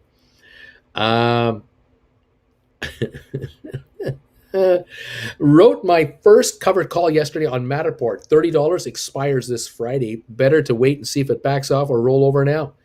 Wait, see if it backs off. Just wait and see if it backs off. There you go. Up 52 cents to 29.03 on Matterport. GameStop up 562 to 212.80. SoFi up 14 cents to 21.81, and we're only up 9 on Rocket Lab to 15.57. Uncle Bruce, Uncle B, stop telling Matterport to go to 30. My covered call expiry on Friday is underwater. I sold it for 50 cents, man. Let's see. You missed my question. Sorry. I'm kind of busy. You may have to repost it. Let's see. Are you able to put on the TV? Yes, but no volume. Can't get the volume to work, so the TV's off. I can't get volume. We've tried everything. I'm gonna have to have another one of those tutorials with you guys. Great timing. Nephew is saying great timing on the Spire shares with the exact Earth vote being confirmed tomorrow. There you go. I think it is. I think that could be a great timing situation. 538 on Spire, a bargain here. 427 on ATIP, down 15 cents. A bargain there. Matterport 2872 backing off. GameStop 212.80 up 562. SoFi up 9 cents. And Rocket Lab up only 1 penny. How about that? Okay. The Dow up down 132 near the low of the day. We're down 14 on S&P. We're down 47 on NASDAQ right now. And here comes a sell wave on Spire. Oh my, Matterport looking slippery. Matterport can't go underwater yet, though. I need to get my options ability of Fidelity to clear up. Let's see. I'm looking to pull the trigger on Spire. Have some February 18 calls. Also planning to purchase the stock outright. Let's see. Take the battery out of the remote to put it back in. That seems to fix my TV when there's no sound. Let's go.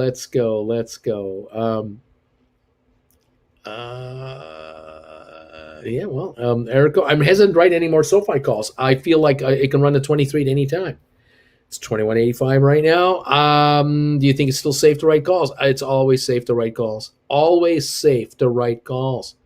Who took the error to Matterport? I mean, hey, have you tried to get the crud out of the TV speakers? Have you tried that, Bruce? That might be it. I bought $6 December Spire calls. And will exercise for cheaper entry. Oh, okay. Only thing I care about is net account value. It keeps going up, and I giggle laughing out loud. I giggle. I'm giggling about it. We're up 4 cents on Rocket Lab, up 15 on SoFi. We're up 7.31 on GameStop, 38-cent gain on Matterport to 28.89. ME 11.17 to up 18 cents. Those of you who are writing $35 Matterports, $30 Matterports, keep an eye on your Matterports contracts. If they back off dramatically, scoop them up, write them again. Let's see what happens. Dan, Nick, look at that run that Matterport has had. Can't keep going straight up. It's going to be healthy. Also, those of you thinking of doing rollovers, on Matterport, the lower it goes, the easier the rollover on the buy-in side. You put in a stink buy-in price to buy your covered callback as low as possible, then get ready to write on the other side when the price is right. Let's see what's going on. Uncle Bruce, if I think a stock price is going up, I buy a call. So if I think it is going down, should I buy a put? Taking about 6 months. I'm talking about 6 months down the road, and what would be the break even. That's a good strategy if you can buy contracts that don't have a lot of premium on them. That's the trick of it, because you want a move to give you instant payoff on a profit. You don't want to have a stock move $1 and your contract move 15 cents. That is a losing trade. You want to get close to the money. You may want to be in the money, and if you can buy a put for $2 and sell it for $3 very quickly, great. But you don't want to have a situation where you buy a put at $2, stock makes a big move, and your contract goes to $2.20. Not a good idea. Uncle Bruce, hit the menu button on the control and go to sounds. Maybe the audio output is not set right. It could be, but I'm not doing it because I don't understand this stuff. I'm just not doing it. I'm just. What's my reward? I get to watch CNBC. What's the upside? Not very good. I'm just teasing those guys. Matterport 28.77 up 27 cents, 26 cents. It's at the low of the day here. It's down towards its low of the day on 1.7 million. There will be profit taking eventually. Is it now? Maybe. I don't know. Will it stop at 28.50 and then bounce to 31? It could do that too. You've seen this. Well, watch it. Uncle Bruce, your homework after the show, do a tutorial on YouTube. AB, still haven't been taken out of my 22.5 Matterport covered calls this week. Figured that would have happened by now. Guess it'll happen at expiration. AB, maybe, or the stock can roll into something else. Sold 3 Matterport $25 puts expiring December 17th for $1.55 each. Will gladly pick up 300 shares for $23.45. Matterport, $25 puts. Something's not adding up here. But okay. Okay. Let's see. Dawn Hammer insurance companies are snapping up Matterport to reduce their claim processing. Real estate's just catching on. Matterport's going to be much higher than the 30s in 2022. Let's see. Erico, agree on the sentiment. Nephew Nick is thinking that SoFi could run soon. I anticipate analyst upgrades and price target revisions in the coming weeks since the great earnings report, not to mention bank charter. There's a lot coming up here. Uncle Bruce needs a DVD player or a Netflix account. Who watches cable anymore? I mean, come on. A new show. Learn how not to use a TV with Uncle Bruce. There you go. Mr. T. Rob, we only have so long today to sort Brucey's software issues out. Let's leave his hardware problems for another day, man. Bruce, you clearly need a 1.21 gigawatt battery in your remote. I mean, clearly. It is fun to watch TV on our great CEOs of our companies we own shares in. Nice to see a face with a name. There you go. Bruce isn't old. He's advantaged. He's advantaged. Oh, no. Oh, no. What can I say? Display and brightness. My phone isn't bright enough. Oh, there, that's nice and bright now. Thank you. There we go. I like a nice bright phone. Okay, burn the retinas. Up 8 on Rocket Lab, up 9 on SoFi, up $8 on GameStop, up 37 cents on Matterport, up 2 cents on ME. So we've had pullbacks all over the place. Spire down 7, but ATIP is coming up. It's now down only 11. It was down, 20? ATIP is coming back. It got as low as 422. It's now 431. It's coming back. Someone's buying it again. We'll see how that works out. Apple still up $1.49 to 152.49. Go Apple, go. Goldman down $6. Cisco down 12 cents. Nothing happening there. Straighten the lampshade. Click your heels twice. That should fix your volume problem. What lamp? I don't have a lamp here. Yeah, Erico, imagine, right, those covered calls after a runoff. Those premiums would be tasty. Uncle Bruce, is it a good move to sell a stock position that I'm in the red on? Use these funds for stock that looks like it's about to go higher. Hint, Spire. Robert, you got to figure everything out, including tax loss selling, capital gains, capital losses. Can't help you anywhere there. Bruce, should I even bother rolling that 210 or just wait it out? What should I do, Bruce? That GameStop, that 210 GameStop, the stock got as high as 207.97. And no, let me rephrase my entire. I'm completely wrong. It got as high as 217.70. It's now at 215.27, and you've written 210s. Okay, gosh, if you roll over into 215s for next week, that might work for you, or the week after 220s. Like, I'm looking for a fat premium for you. That might be the way to go. Bring in a bunch more cash. And then if there's a back off into the 210 range, 208 range, you're laughing. But your call, Rob, volume isn't that high. I'm with you there, Rob. You're absolutely right. Hi, Jen. How are you? Good morning. Good morning. Good morning. I'm trying to survive this day and get through it all. Is it a rough one? I don't know if it's rough, but I sort of snapped this morning. Oh, geez. Grumpy old man. Grumpy old man snapped. Did you snap at a person or was it a rant? It was a person. It was a question, and the question kept getting modified. So I got a question and I would answer it, and then the person would say, "Oh no, I meant this," and so throw out everything I just said, and I have to do it again, and then later on, no, I meant that, and so that's what gets me going. I don't want to waste people's time talking about something that doesn't exist when I'm trying to address someone's needs. Yes. I really would like, so but then they're newbies. And they're newbies. Have all of the and I have viewers who said, I'm going to write you a template. And so they were saying, here's a template. It'll be like mad words. Well, just fill in.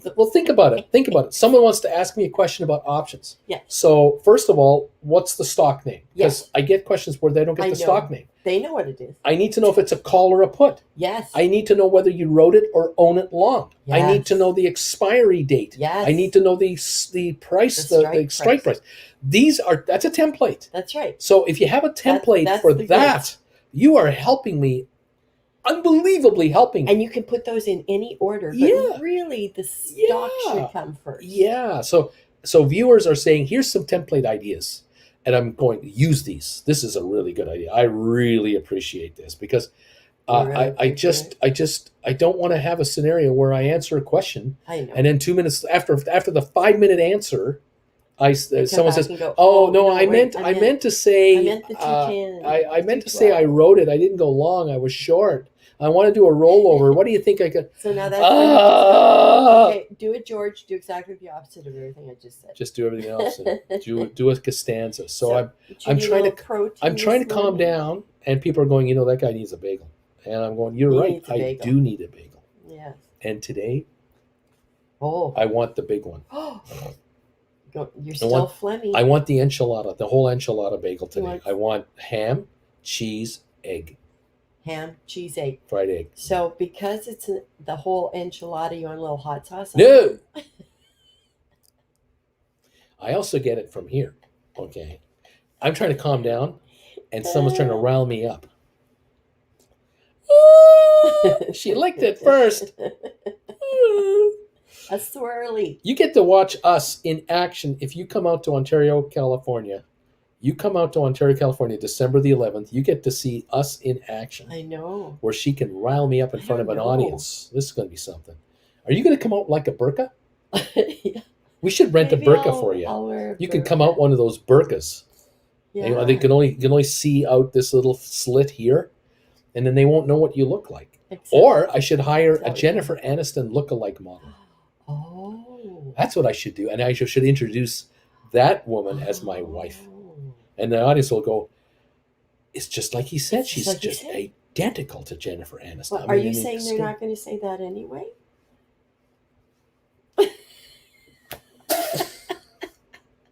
I'll go make your bagel, honey. I'm going to use sign language from now on. I'll save you from yourself. I don't want her to hear me.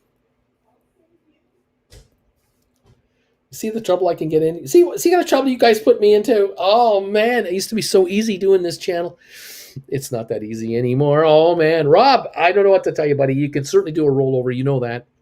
But you still have until Friday. And this is only Wednesday. So the stock's up $8. But, you know, it can drop. GameStop can drop at any time. You know how this game works. Oh, are we having fun? Okay.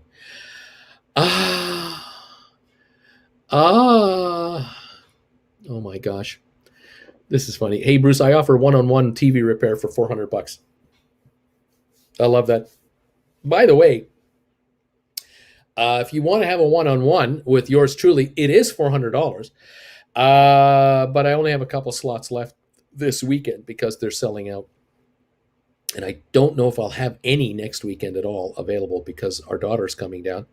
And the weekend after that, I'm not sure either. So we're running out of opportunities to do one-on-ones. But if you'd like to do a one-on-one this weekend, let me know. I'll tell you what I got left.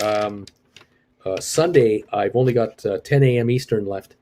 And Saturday, I have 10, noon, or 2 Eastern time. 10 a.m., noon, p.m., or 2 p.m. in the afternoon Eastern time Saturday. Sunday, just one opening. The rest of Sunday is gone.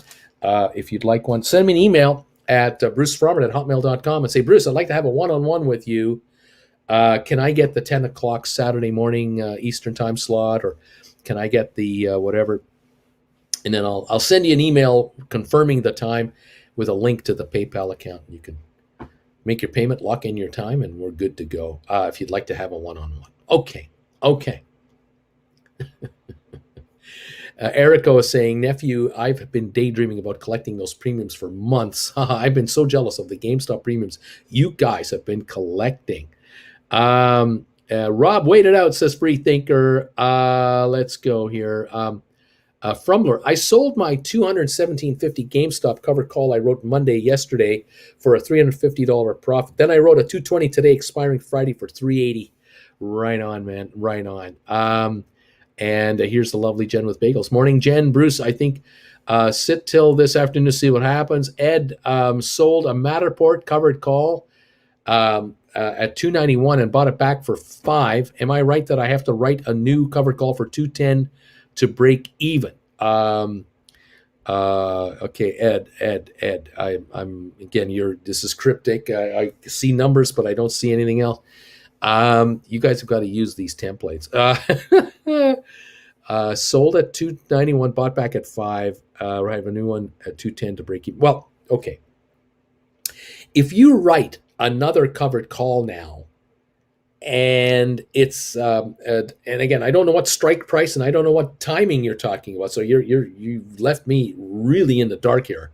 And Ed, I don't see additional commentary yet, so I have no idea.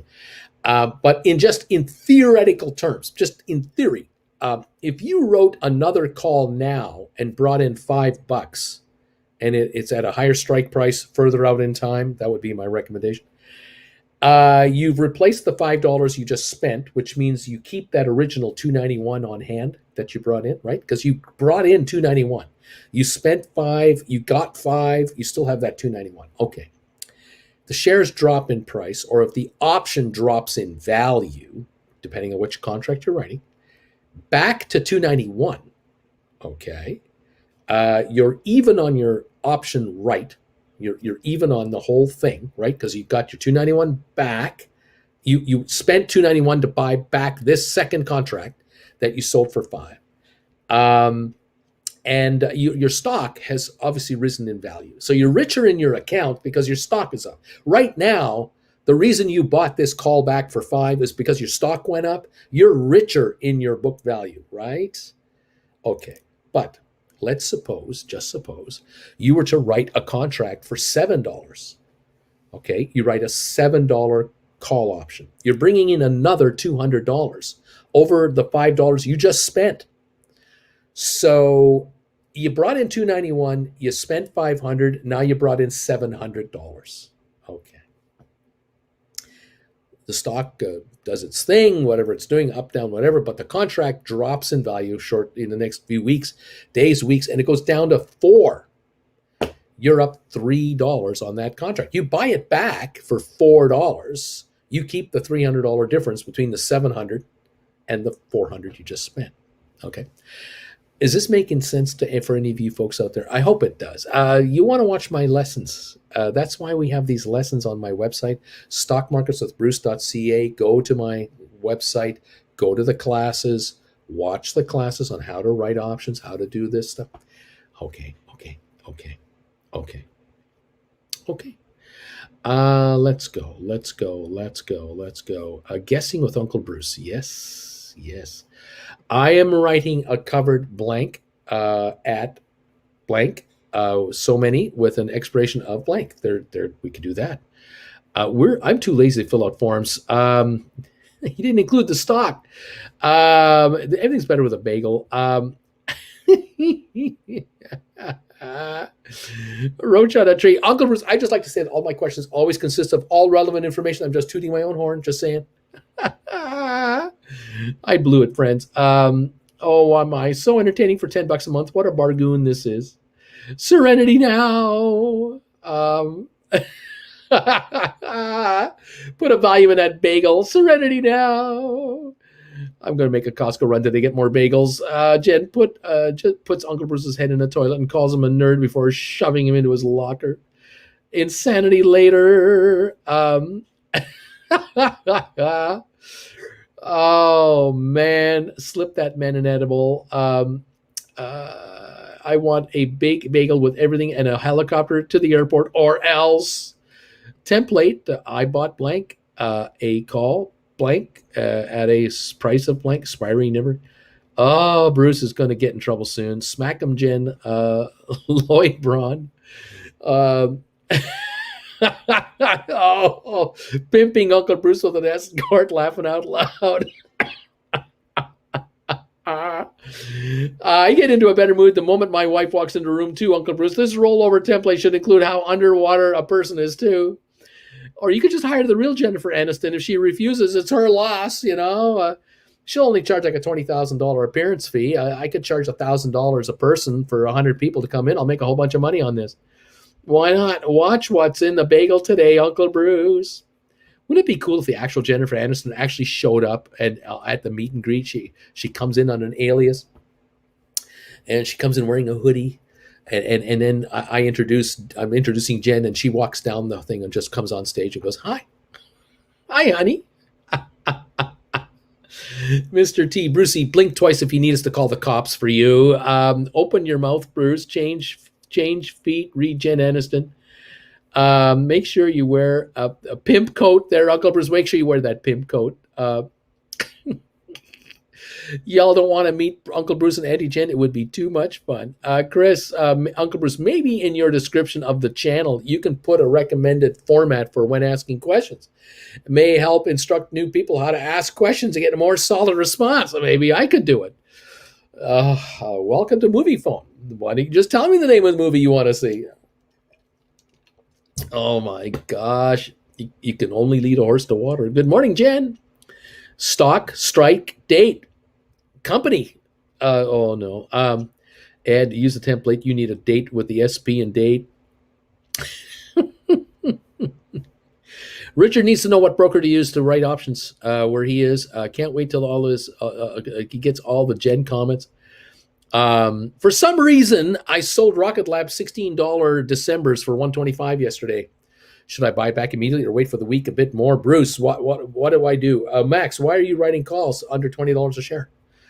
And then asking me, why are you asking me about writing calls under 20 when I clearly told you not to do it until you hit 20 a share? Why, Max? Why, Max? 15.87 on the stock, up 39 cents. Look, you got your chances here. Of course, you can do a rollover. If the stock goes up to 17, 18, you can roll over into 20s. I mean, Max, it ain't over till it's over. It's okay, Max. I love you anyway. It's all right. Oh my gosh. I know I have to up my strike and further out. It was a December expiry, $25 strike covered call, but to buy it back, I had no way to write higher covered calls my existing number of shares. Okay, set up a phone line, Bruce, and take live calls for PayPal donations of a certain size, like an upgrade super chat. Actually, Cody, I am thinking about this. Cody, you are nailing something here. I am thinking about a 1-800 number during the live shows where I can take your calls, and you will pay to do it. Yeah, you want to call me on air, you will pay, and I will get richer because it might be a way to go. I am thinking about this, but I don't know the logistics because I'm not in one location, and I'm not sure how to set it all up.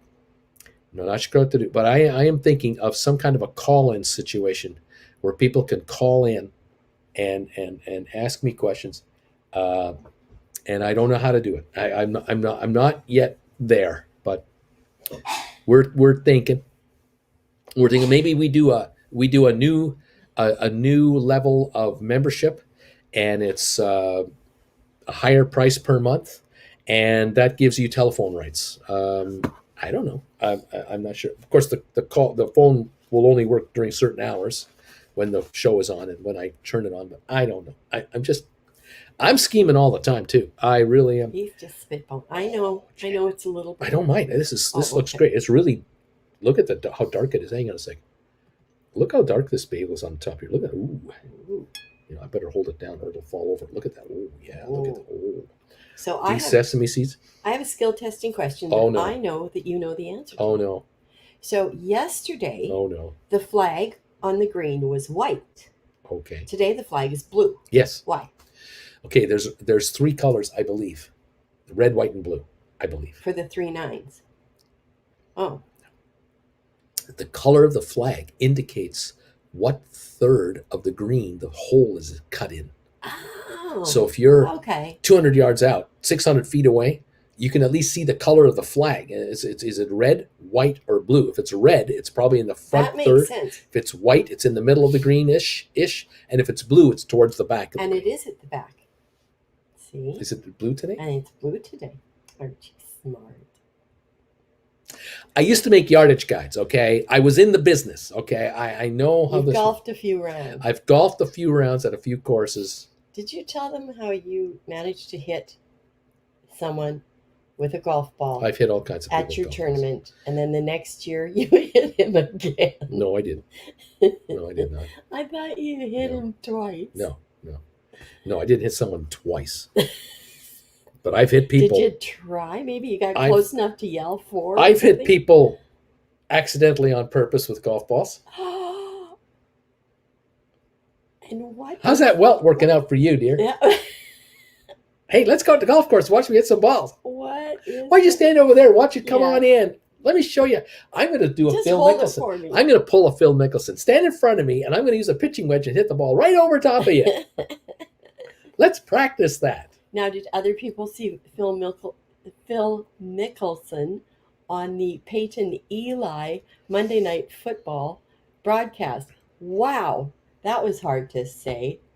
Where he was critiquing Eli's swing. He called it cute. He said, "What is that word? It's a cute swing. It's a cute swing." And Eli's like, "Cute." What's the word for that swing? Oh yeah, cute. and Peyton's losing it. Yeah. But then he did. He gave him some pointers. Your arms aren't straight. You're ahead of the ball. Yada yada yada yada yada. Here's what strikes me about that show. Okay. Jennifer loves this show. She loves football, NFL football. I'll walk into the room, spend 5 minutes with her, and then I'll leave again. Because I'm here, working. Nonetheless, what strikes me about that Monday night show is the camera on Peyton and on Eli, and I can't get over how young they look Oh, as people. right. And we're looking at Eli Manning, how young he Well, looks, because he is. and he's too old for the game. Like that's the striking thing. Well, is he too old for the game? Because, Tom Brady. In So, his case, he's too old for the yes, game. I'm yes, just saying. Peyton Manning, with all that knowledge, all that, I know. too old for the All game. that experience in there. Certain athletes are beasts, and they, more power to them. Tom Brady's still playing. Way to go, Tom Brady. But They got beat by Washington. I'm amazed. Unbelievable. I remember Jen and I were in the Phoenix International Airport, and we were waiting for.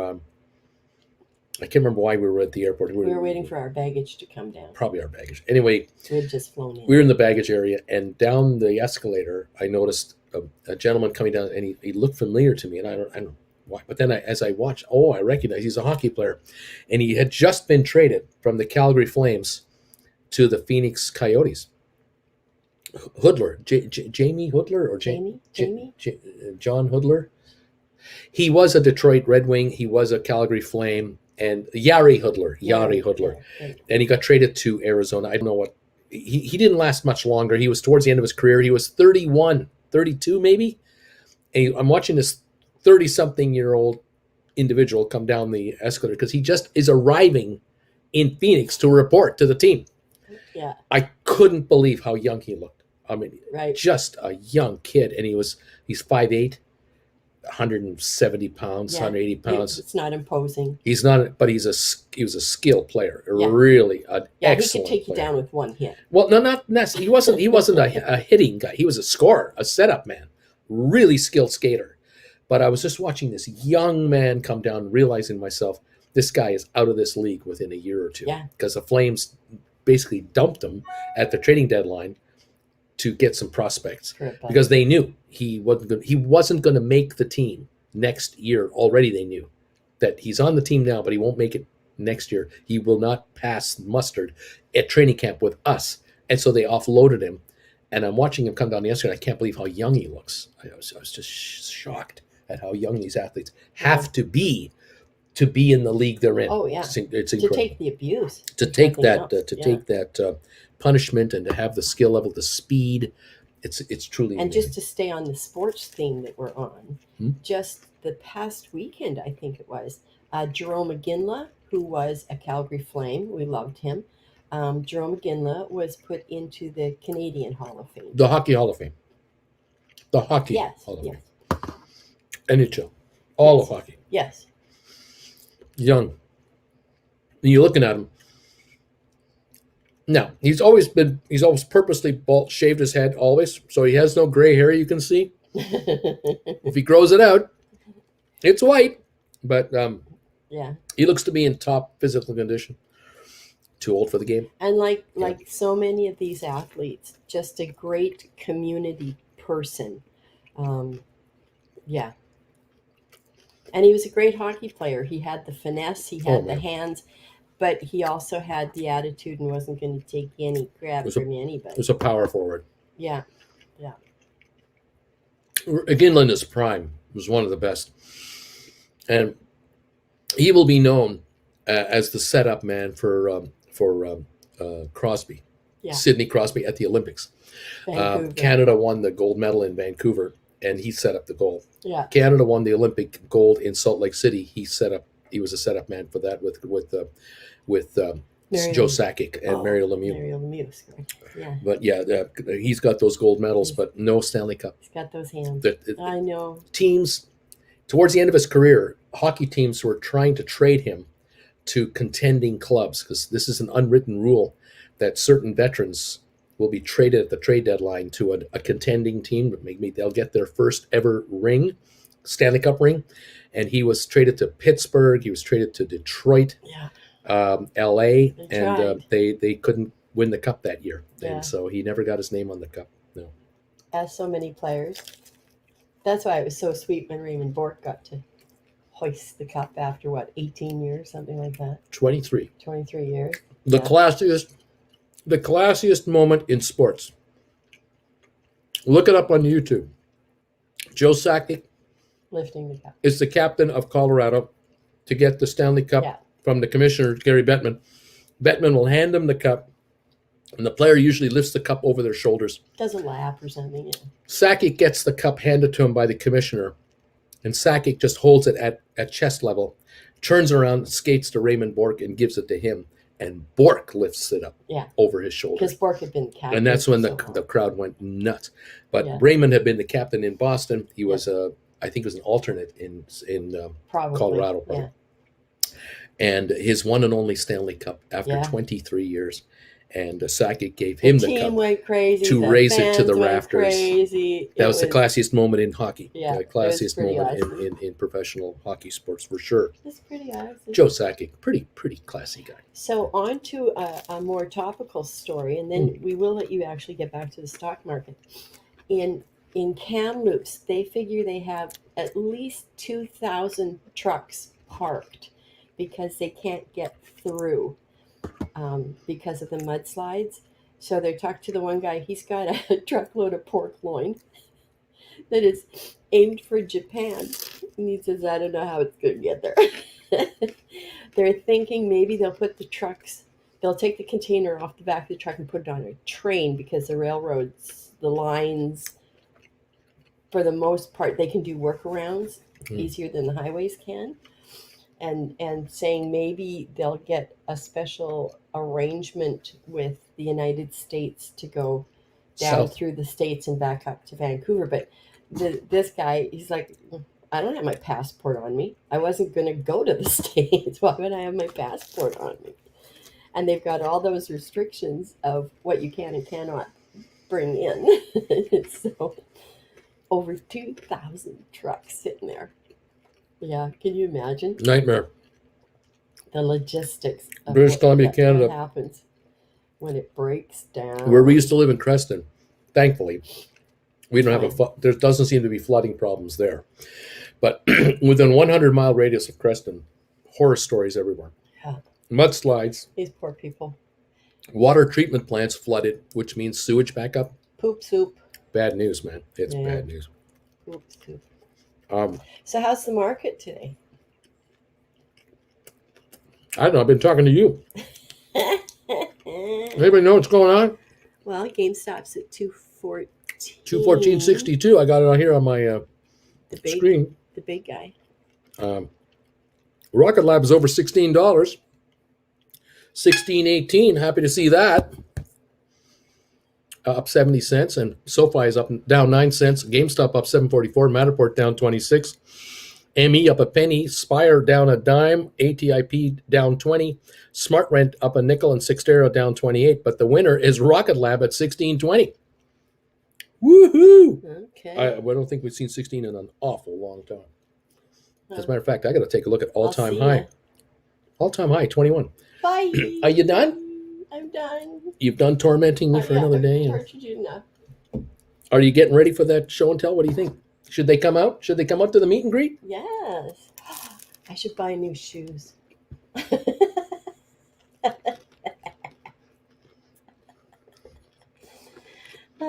And you know what happens when you buy new shoes? You have to buy a new outfit to go with the new shoes. And once you buy a new outfit, then you got to have a purse that goes with it. So yeah, you guys should come out. This is the dumbest idea I've ever had in my life.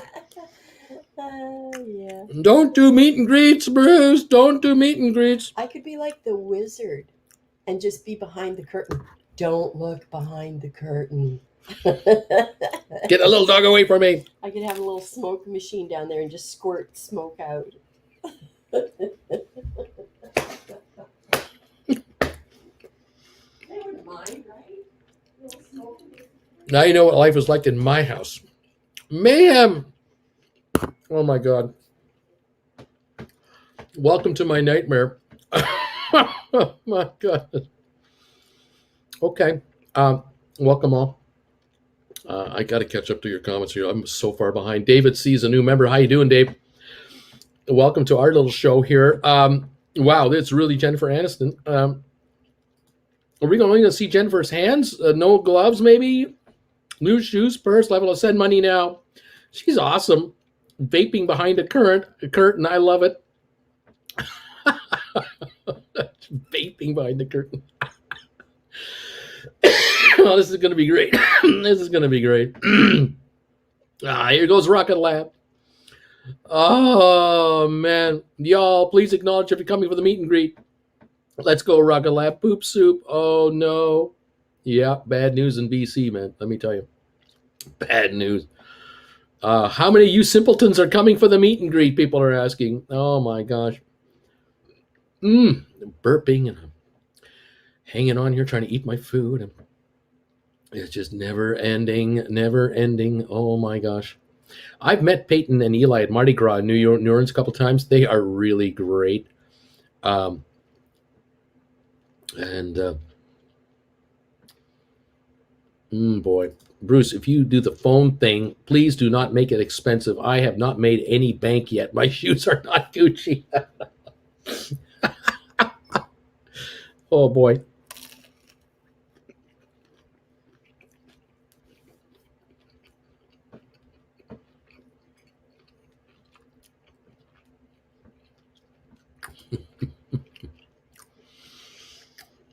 Watch Bruce at double speed eat this. Oh boy.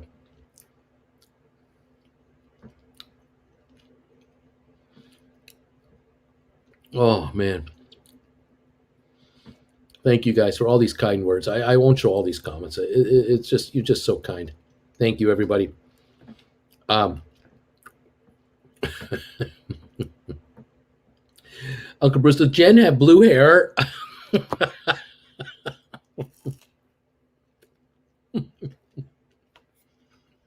Oh man.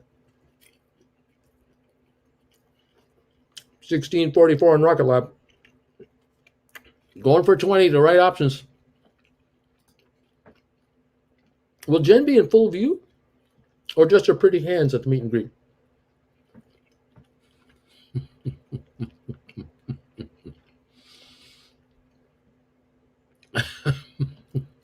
Cheer up, Uncle Bruce.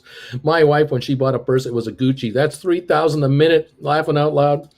AB, I bought back by 3 SoFi, 23.50 covered calls for November 26th for like 33 cents each. I had sold them for like $1.05. I need to wait for SoFi to hit 25.30 on a run, and I'll write again.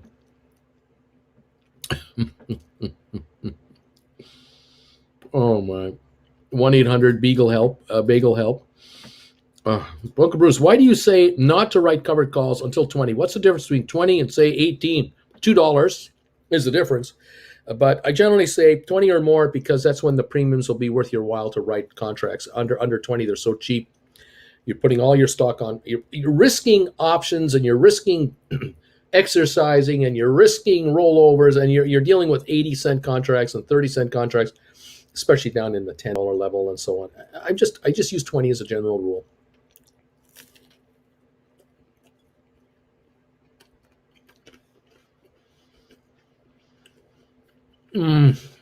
Matterport going up again. SoFi unchanged, 267. Premiums. SMH going up again.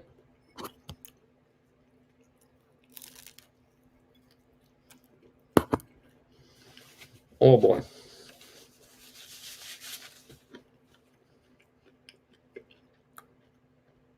This bagel's almost done. Almost done.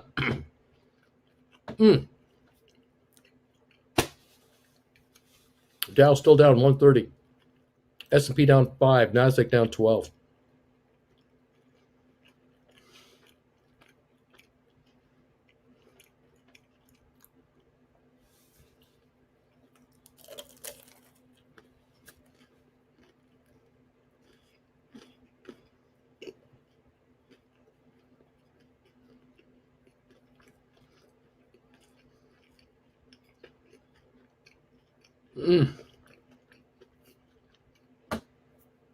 Fabulous.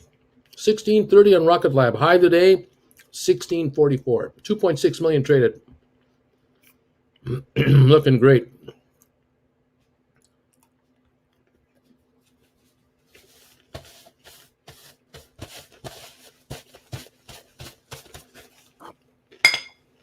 We're done. Mm.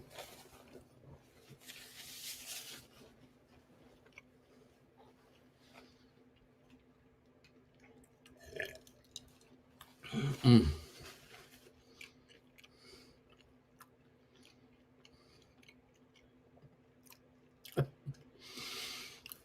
Funniest thing I saw a celebrity do is Jimmy Dean came in the grocery store. I was working as a kid. He bought his own sausage. Mm. Oh man, portfolio officially up over 25% this year. Just being a simpleton stockholder, use Bruce's recommendations to find the stocks that I also like. Going for 30% next. Right on, Socius. Welcome to the party, pal. Rocket Lab 1620 up 72 cents. SoFi up 4 cents. GameStop up 645. Matterport up 29 to 2880. ME 1102 up 3. Ah. For those y'all who got into Rocket Lab, $15 contracts expiring this Friday. What is your cash in spot? I'm still debating. When do you sell, for how much, and so on? Yeah, stock's looking up. Oh, the contract's worth $1.18 book value. A little bit of time premium, not a lot, but a bit. I know I have a bunch of you who are into these contracts. I know you got 1250s. Some of you might have 10s. But I'm sure there's a lot of 15s out here, especially January 15s and so on. And I hope you're doing well. I would expect you should be doing all right. Let me take a look at Rocket Lab calls. Oh boy. January 2022 Rocket Lab calls.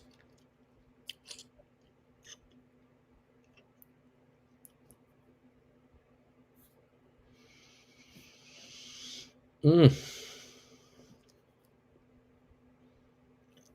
15s, 275 to 295 now, trading at 290 on the 15s. Beautiful. 16s are 255-ish.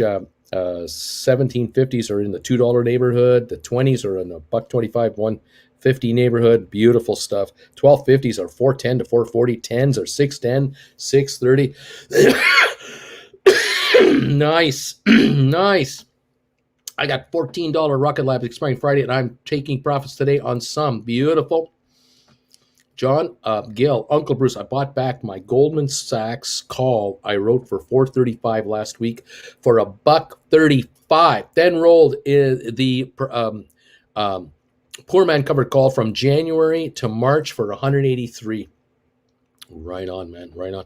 So she's good job. Vilbus, I paid $78 for my Friday 15, currently up about $65. EA, boy, what would Spire get with the program? What a dud. Hey, Bruce, I think I screwed up buying 5 SoFi $20 covered calls. Expiring February 18. Cost per share $3.91. Any advice? You bought 5 SoFis, 5 SoFi $20 calls for $3.91. So you're $171 in the money, and you're that's $2. That's February 18, 2022. You still got some time. I mean, if the SoFi pops up to 24, you're looking at $4.50 to $5 value. So you'll be all right. I just bought 2 more in the money calls for this Goldman Sachs dip for June next year. Nice going. Fenville, I set my Rocket Lab. $15 call November 19th at 160 limit. I just got sold. Rocket Lab, I just got sold, bought for 95 cents, so the profit is $1,900. There you go. I'm not seeing the reason to buy CYXT. I think you recommended that one, Uncle Bruce. Any insight? It's a company with about 400 million cash in the bank, and I think they're going to go on a tear. Oh no, they don't afford it. Sorry, I mean correct. They paid down debt that they had when they did their their SPAC acquisition, so they're virtually debt free. I think they're going to expand. I think they're going to acquire more centers. They're dealing with 2,400 clients. I think they're trading at 40% of what they should be trading at. They should be at 25 a share. That's my thinking. The street will figure it out eventually. I'm getting back for the same strike, but longer time though, says Fenneville. Alan, if you bought them, they aren't covered calls. They're just calls. To you on my first game covered call. Oh, right on, Bernie. Thanks as well to inform you. BW, Uncle Bruce just locked in 5 Spire, January 23, $5 calls at 165. Giddy up. I just locked in 5. So 5 Spire, January 23, $5. But okay, you just bought them. I'm assuming you're long $5 calls for January 20. Okay, good. Okay, good. All right. Thanks, Uncle B. You got it. It's not easy, is it? There we go. All right. Where are we at now? Rocket Lab 16.25 up 77. SoFi down a penny. GameStop up 6.86 to 214.04. Matterport 28.79 up 28 cents. ME 11.02 up 3. Spire down 9 cents. And ATIP 418 down 24 today. So we have a little dip on the ATIP for now. We'll see how long this lasts. BW says, I bought them. Yes. Long, yes. Isn't CYC also already a profitable company, or do I misremember that? I believe they are already profitable, and they're growing out. They're getting more profitable. Their income is expanding. I like this thing long term. I'm a fan, and I would not be surprised if they merge with somebody else that's private and they become larger, a larger public company. But we'll find out. Anyway, there you go.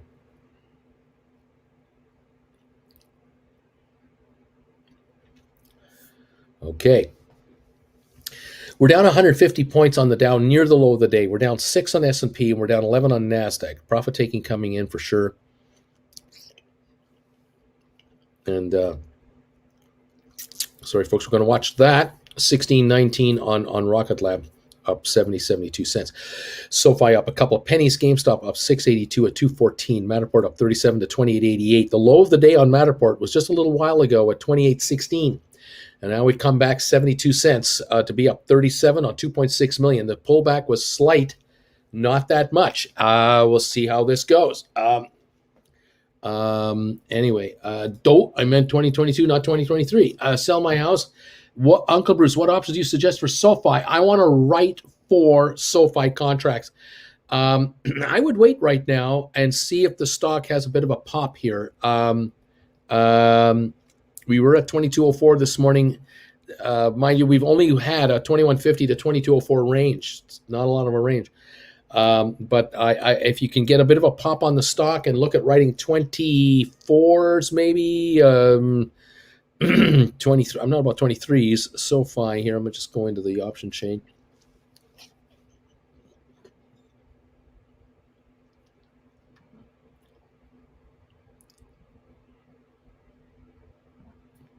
Options. Okay, we have obviously weeklies here available, which is good. Excuse me. You can write options that expire next Friday. The 22s are about 70 cents. The 23s are about 40 cents. If you write options the first week of December, the 3rd of January, 3rd of December expiry, 22s are $1.05 to $1.09, 23s 72 to 76, 2250s 87.91. You might want to look at 2250s, bring in about 90 cents or so. Out of the money, about $1. A couple of weeks expiry time. Up to you. Bought back Goldman Sachs call this morning for a small profit. Super happy. Got to start somewhere. With Goldman Sachs falling right now, Goldman Sachs, better to wait until upturn to right again? Question mark. You can do that, but you can also go further out and just write a further out of the money contract by going further out. We're down 877 though on the stock today, so watch for this. 394 is the stock. That is the low of the day right now. Trading at 6.5 times earnings. Unbelievably cheap. But right short term. I wouldn't go like way out in time unless you went way out in premium. But if you can go 2 or 3 weeks and you're writing out of the money $5 or $10, if you can get a decent profit for that, then take a look at it. You got your homework to do. Uncle Bruce, Spire, $5 contracts this Friday. Going for less than 50 cents, close to full book value. Gamble it? No. I went to buy the stock, but I got caught in the whole Spire shenanigans. So I'm unfortunately locked in on those at a loss. Need them to moon so I can buy CYXT. Damn it. It was 5 May 22, 5 calls for 165 apiece. It would help people aren't talking behind me when I'm trying to text. Erico, Bruce, you really are a hustler. I'm impressed with how your brand has evolved in less than a year's time. I'm learning more than just the markets being here. Well, there you go. I'm trying to survive, man. I smell money. Uncle Bruce, during the dips like Goldman Sachs, what kind of time premium makes sense to roll long calls used for poor man's to get more time and take advantage of the price dips to write against? Well, the contract that appeals to me is the one with virtually no premium. That's the one. So if you are buying in the money calls, you're looking to buy an in the money call with as little time premium as possible. Now, are you buying January's, February's, March, April's, May's, June's? That's the trick of it. You're going to have to look at maybe 4 or 5 price ranges with 3 or 4 months. So you're looking at 20 different contracts, 15, 20 different contracts to figure out which one this is. And then you make your move, and then you write calls against it, and away you go. The pricing on these might be $4,000 to $7,000, depending on how much in the money you're buying versus time that you have to look at for yourself.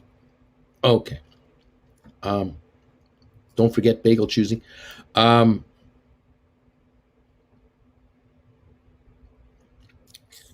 What happened to Matterport? I went into a meeting thinking I was buying a condo in Florida. Now I'm buying a tent to camp in the backyard.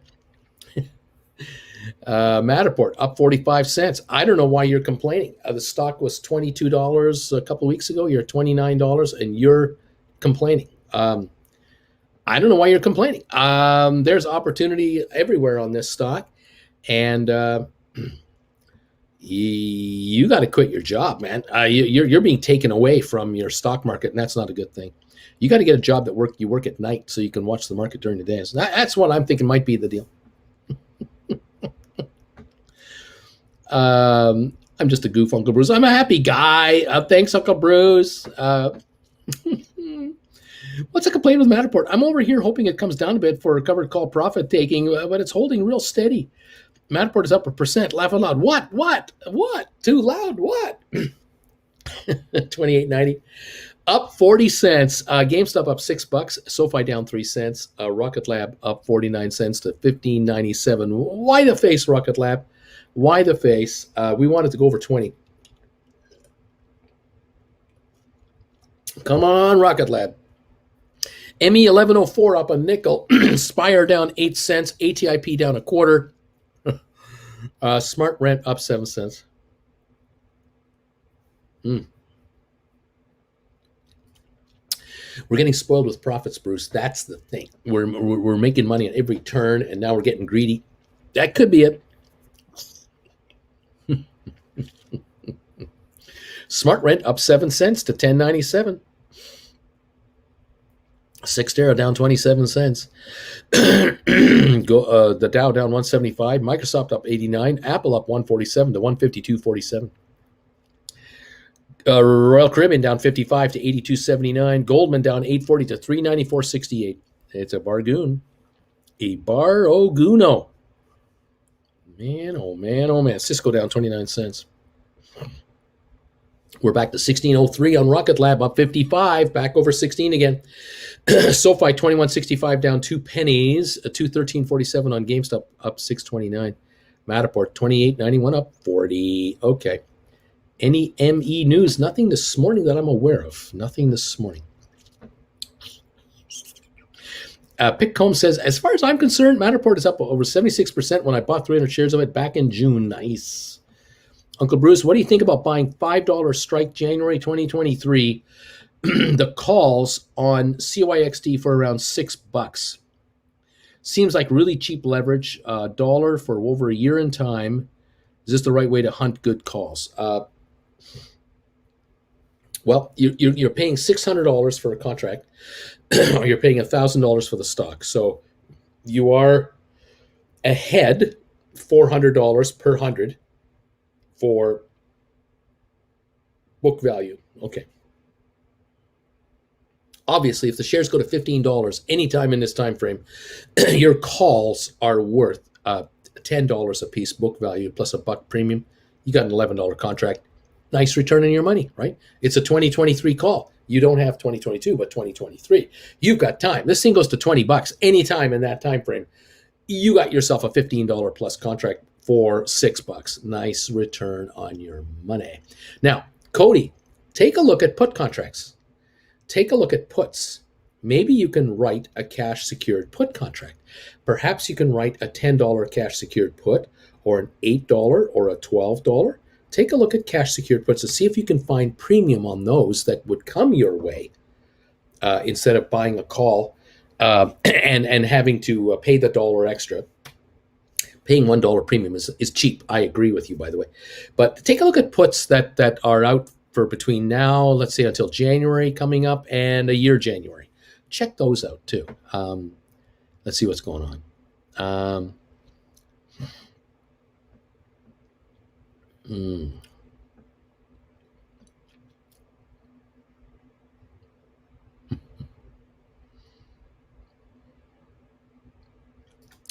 I think I'm hosed on the Matterport 2250 call. It's expiring this Friday. I sold it for $1 and it's now at $6.35. Only roll options at that price are pretty far out and only get me a $25 strike. Have to go to 2023 for 30s. Okay. Well, you know what? Great gig. If you go to 2023 and write a 30 and you can bring in more money than what this is costing you, you might want to do it. And if the stock backs off to 24 in the next week or two or three or a month, those 30s could drop by 50% and you'll score the gain there. So, you're raising your exercise price from obviously 2250 to 30. That's the first good thing. Number two, the stock is up. So you're up on your stock while your contract has moved up. So yeah, roll to 30s. Not a bad idea. You could always roll to 30s closer in. I mean, if you roll to 30s for January and you only bring in, say, $4, but you're spending $6, you're paying $2 to get $7.50 more expiry money, and the contract is out of the money. And if the stock drops $4 or $5, $3 on a profit taking, you'll score $3 or $4 on that contract. I mean, you got to do the whole thing here.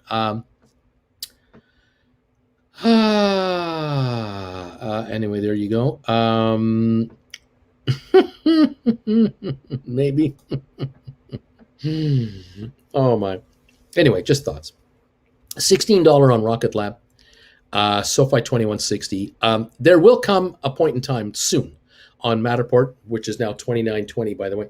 There will come a point soon on Matterport where there will be weekly contracts, and the contracts will go up to $60, and they'll be available for dollars at every dollar. So stand by on the Matterport, new contract creations.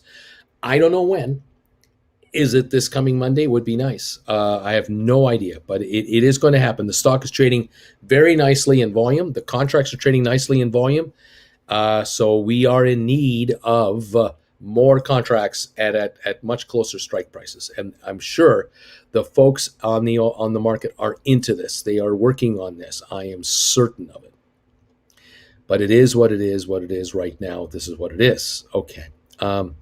Yeah, $30 Januaries. What will they go for on Matterport?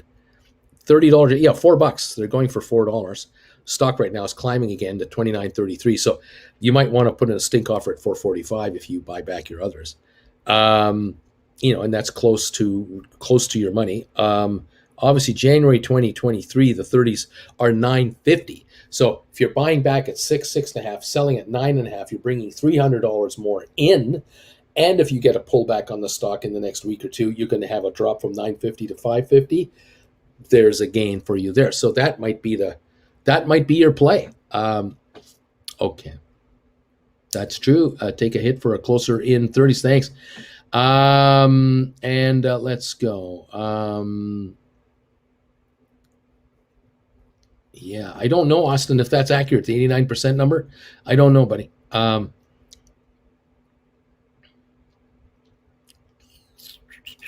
Bruce, I bought a Matterport $15 call for March. A Matterport $15 call for March. It's already up a couple 100%. Should I just take profits now and buy stock or ride it out till March, in your opinion? Well, $29.19 on the stock. You got $15 calls. My recommendation, one of them would be sell the calls, buy the stock, write contracts. And you know what? You can write this, January 21st, 2022, $30 call, bring in over $4 in cash on top of the purchase of the price. So you're cashing out your contract. You're buying the stock at $29.14. You're writing $30 calls, bringing in $4.50 a call. I call this a good situation, a really good situation to be in, because you're offering your stock for $34 a share or $34.50 a share that you had $15 call options on. I mean, this. Welcome to the other side. That's what you got to do now. Nice. It's like the whole market put in a stink pit. I'm up and on the clock from 6 a.m. the following Uncle Bruce at 7:30, laughing out loud. Available. Right on, buddy. This Matterport stock has done a wonderful run, much more than we thought it would do early this week. We would be happy if it were 24, 25 right now. We'd be going, oh, wow, look at this. We're trading between 23 and 25. Is this great? But it's gone to 29. We shouldn't be upset. We should be ecstatic. And if it wants to break 30, even more ecstatic. It wants to break 32, even more ecstatic. But we will then keep rolling over contracts. And we'll just keep doing it until the stock wants to top out. Because it will top out. And it'll back up a little bit. Now, the higher it goes, the more it could back off. Yeah, it's true. It could, from here, 29, back off to 24 without any difficulty. It could happen. But I don't know if it's going to happen today or tomorrow or next week or next month. I have no idea. But if you write options that are at 30 that have a month or two to live or longer, and the stock does do a pullback, you're going to benefit from that. Absolutely. Oh, are we having fun here? After this live class, I'm going Uncle Bruce lessons at University of Bruce, or is it University of Bagel? Thanks, Brucey. Julie, you betcha. Joshua, I sold my calls on Matterport. Should I wait for a pullback to buy the stock, or do you think it'll run away before I get the chance? Well, my thinking on it is if you buy the stock right now and write calls right now, you're locking in these prices. You're locking in this $30 contract, for example, $30 contract with a hefty premium. Again, if you write the 2023 January, so you go way out there, way out there, and you're writing those $30 contracts, you're going to get close to $10. So, hey, you made a bunch of money on your calls. You buy the stock at 29. You offer the stock for $30, but you get paid $9.50 to do it. And you're saying, come and take me out. Take me out for $39.50. Guess what I paid to get in? I bought the stock at 29. I bought the options at whatever. I have made money on the options. I'm making money on this stock. Take me out. I dare you to take me out. The stock goes to $40 next week and you get taken out. You shouldn't be upset because you can just buy the stock back and write 45s now. We keep going, getting richer and richer. That's the deal, rolling over to get richer.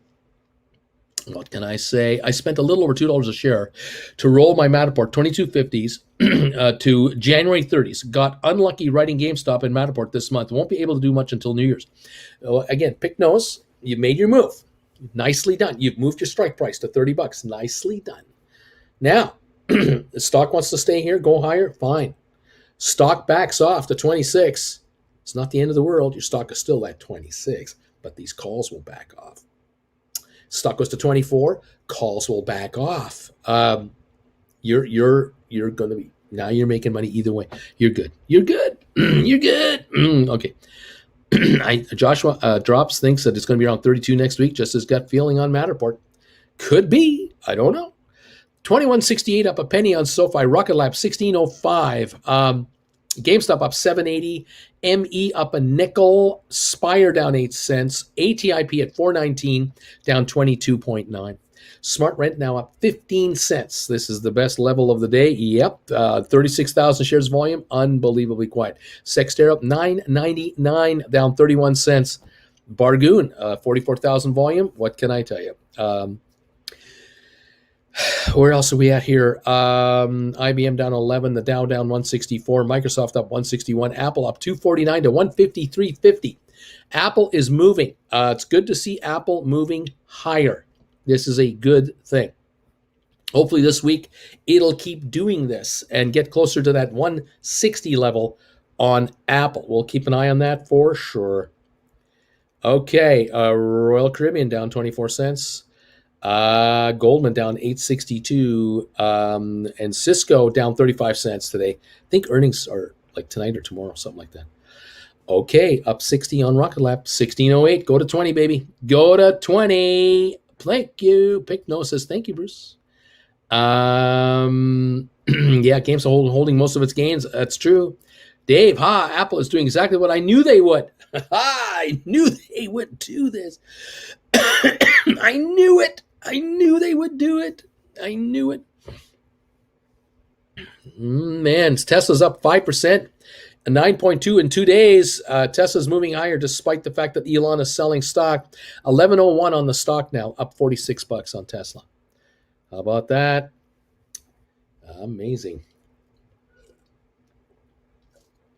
Oh, boy. Is it reasonable to expect SoFi premiums to be the same as Matterport when SoFi comes into the $30 range? I was planning on making $30 per written contract, so this really beats my expectations at $200 to $300. There you are, yes. These premiums are getting higher and richer, and that could happen on SoFi too. Obviously, if they nail their bank charter and the stock starts to run, the premiums will just explode on all the contracts on SoFi. You can count on that. They are who we thought they were. That's right. I'm a Mac-specific IT guy for 20 years. I follow Apple intimately. Dave, way to go, buddy. You're on it, buddy. You're on it. You're my man. You're my expert on Apple. ME up a nickel, 11.04. Matterport, 29.24, up 73. GameStop still up 6.79. SoFi up 6, and Rocket Lab at 16.06. Yeah, what can I say? A Smart Rent now, 11.01 up 11. Not moving that much yet. Come on, Smart Rent, give us more. Give us more. Please give us more. Oh, boy. The Dow down 167. We're near the low of the day. We're down 7 on S&P. We're down 14 on NASDAQ. That is the deal. Oil down 129 to 79.47. Right there. Okay. Uncle Bruce, I bought my Matterport $10 calls back. Strike. Okay, I bought my 10 calls back. Strike $22.50 for $7, and I sold them again. Strike $30 for $10 a contract. Is that good? That is excellent. That is excellent. Well done. Well done. You brought in $300 additional dollars per contract. That's $3,000. Yep. Moved up $7.50 in a strike price. I like this move. Yeah, I like it. Yeah. Let's see. Bruce, come on, man. Kick GameStop down a bit for me, would you, Rob? Rob needs that GameStop to back off. It's 213.54 here. The volume on it, 787,000. It's an average day. But he needs a back off, so his 210s will back up. Of course, his 210s are still, he's still up on them. Because I think he sold them for, what was it, $735 or something like that? You sold them for like that kind of money. Pretty good move there. The GameStop contracts that expire Friday, those are the 210s. They are trading at 280. Sorry, the 210s are now at 670 to 735. They've gone up a couple of bucks today. They've gone up 285. So last trade 695. So he's right at the break-even line. He's right around break-even. but they're only worth $3.16 in actual book value. This is Wednesday. They die Friday. So in 2 days, they have to give up $3 in premium, minimum, maybe four. But if the stock dips to 211, they're only worth $1. And they have to come back to that level by Friday. So Rob is in the money here. He's in the money. It's just a question of how does he play it out between now and Friday. But he has until Friday to do the rollover. So he's watching like I am to see just what these shares are going to do. Yeah, fun times. Uncle Bruce, what do you think about selling $30 Matterport calls out to 2023 and use some of that to buy Matterport puts? Good idea or not worth it? There you go. That's not a bad idea. That's not a bad idea. If you can bring in $10 a contract, it's $1,000, and then turn around and do cash, but you got to do cash secured. Or are you buying? Are you want to buy puts? No, I wouldn't buy puts. No, I would not buy them. I was thinking about writing. You would write puts to keep the game going higher. But nonetheless, what you could do, PS, is you could sell the calls for $1,000 each and buy the stock. So if you can write enough contracts for $1,000 premium per contract, and then use that money to buy up enough stock to write another contract, you're compounding it. And if the shares back off to 25 anytime in the next month, and those calls go from 10 to 6, there's a little gain there too. You got all kinds of opportunities here. AB, I want to buy SoFi when my Matterport cover calls get taken out. That run to 30 on SoFi has got to be around the corner. What is going on with ATIP yet again? We get a slight run and then down it goes. Always a bargain, but it isn't getting old. Need the SPAC to price to come back. Intro phase. Rob, yeah, 765. You wrote him at 765, I know. Yeah, 213.45 on the stock, up 627 here. You just need a dip. You need a little dip, and you will make money on them. It's just a question of how much you're going to make. You're going to make $1, $2, $3, $4, $6. You're going to make something on them if this stock dips a bit or doesn't move at all. Just sits here between now and Friday. You will win. But the stock has been sitting here now for a couple hours, and now 213.05, a little weaker. But yeah, if the stock wants to give up some ground for you, you definitely will make a nice win here. With the stock. The contract's only 308 in the money. Let's get back to look at it again. Another update. 670 bid on your 210s now. 670 bid. 670 to 750 is a wide, the bid-ask spread is as wide as a mile. But yeah, if this thing wants to back off a couple of bucks, you will see this drop back to 5 very quickly and then lower from there. This is a good question, Nick S. I'm playing the infrastructure news. How soon the money will be given to these companies to get going with their orders for things so all people get employed to build bridges and roads? Yeah, Nick, you know what's going to happen here is there has to be permitting done, engineering done, architectural work done, then the ordering of supplies, advancements on contracts. This is a 10-year program, buddy. It's a 10-year funded program. That doesn't happen overnight, but it is a win for the country over years. Every quarter, more and more of this money will get invested in. This $1 trillion thing, 1.2 trillion, it's only 120 billion a year. It's only 10 billion a month. The Republicans wanted to build this infrastructure thing as the biggest boondoggle of all time. It's a $10 billion a month budget for projects. For the United States, $10 billion a month, chump change. I mean, it's a nothing burger when you look at it in that sense. And if America can now put together a $2 trillion social program for $20 billion a month, chump change to do that. But what can I tell you? There are those with a differing opinion, to say the least, and they're violent about it. Oh, Bruce, I've just had a few great days on SoFi. Sell calls, buy them back on the next day. 200 made, 800 made, 200 since last Wednesday. Taking profit is okay. Oh, yes, it is. Yes, it is. Congratulations. GameStop, 212.52. Just dropping, Rob. Your GameStop's backing off a little bit here. Maybe, just maybe, you're going to get a little pop here for your contract. You might be able to get it back a little bit lower. 212.52 on the stock now. That 210 contract is now sitting at 670 bid, and I'm sure that's dropping. Very good. Selling leaps, maybe. Just sold a Matterport option. I bought 50 shares and 26 Spire. Thanks, Uncle Bruce. There you go, picking up stock on the from this money. Uncle Bruce, I have Matterport covered calls, strike 2250, expiring December 17th. Is it okay to buy back, rewrite the contract at a higher strike, expiring January 22, even if I take a bit of a hit? Yes, it's okay. Yes, it is okay. It's totally your call how you want to do it. Absolutely. If you want to buy those 2250s and write 30s, for example, it's absolutely okay to do so. Absolutely, yes, because you have lifted your strike price by 750 a share to 30. So if it costs you a couple bucks to get the 750, you take it. If the stock backs off to 25, 26 on profit taking, you buy the 30 back for way less. You get your dough back there. If you've lost $2 on the rollover, you get that back. Yes, yes, you're always writing. So much fun here. A pick home. I'm thinking of writing covered call Matterport and then buying calls on SoFi out to April. What do you think about that? I like that too. You definitely can do that. Um, picking off April contracts on SoFi. Lots of time for something to happen. Yeah, you can do that. Or you write covered calls on Matterport. You buy SoFi stock with the money, try to get to 100 shares or 200 shares or 300 shares on SoFi and write contracts on SoFi now.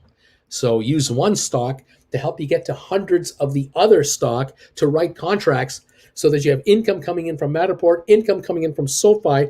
The dough coming in from both will buy more stock of either one as you lift up your 100s and hundreds and hundreds to get higher numbers of shares. Okay, that's another possibility. Uncle Bruce, AB, I laugh a lot. Found it funny that if you sell a covered call at the bottom of the run and use the premium to buy shares immediately, then sell those shares at the top of the run. Yeah, yeah. Rob, crazy how high the premium is on it with less than 3 days left. What a crazy stock. I know, Rob. It will, but you know it's going to come off. It'll be a great if the infrastructure were 90% of the bill instead of 10% of the bill. Orion, Uncle Bruce, I'm looking into buying SoFi call strike 25, April 22 for 287. What do you think about that? SoFi 25 for that. That is pricey. 2250 might be the way to go, or a 23 or 24. Look into that. Rob got a 265 stink bid on it right now. Let's be greedy. I like the sound of that. 212.12 on the stock, 211.50 on GameStop now. We just dropped again.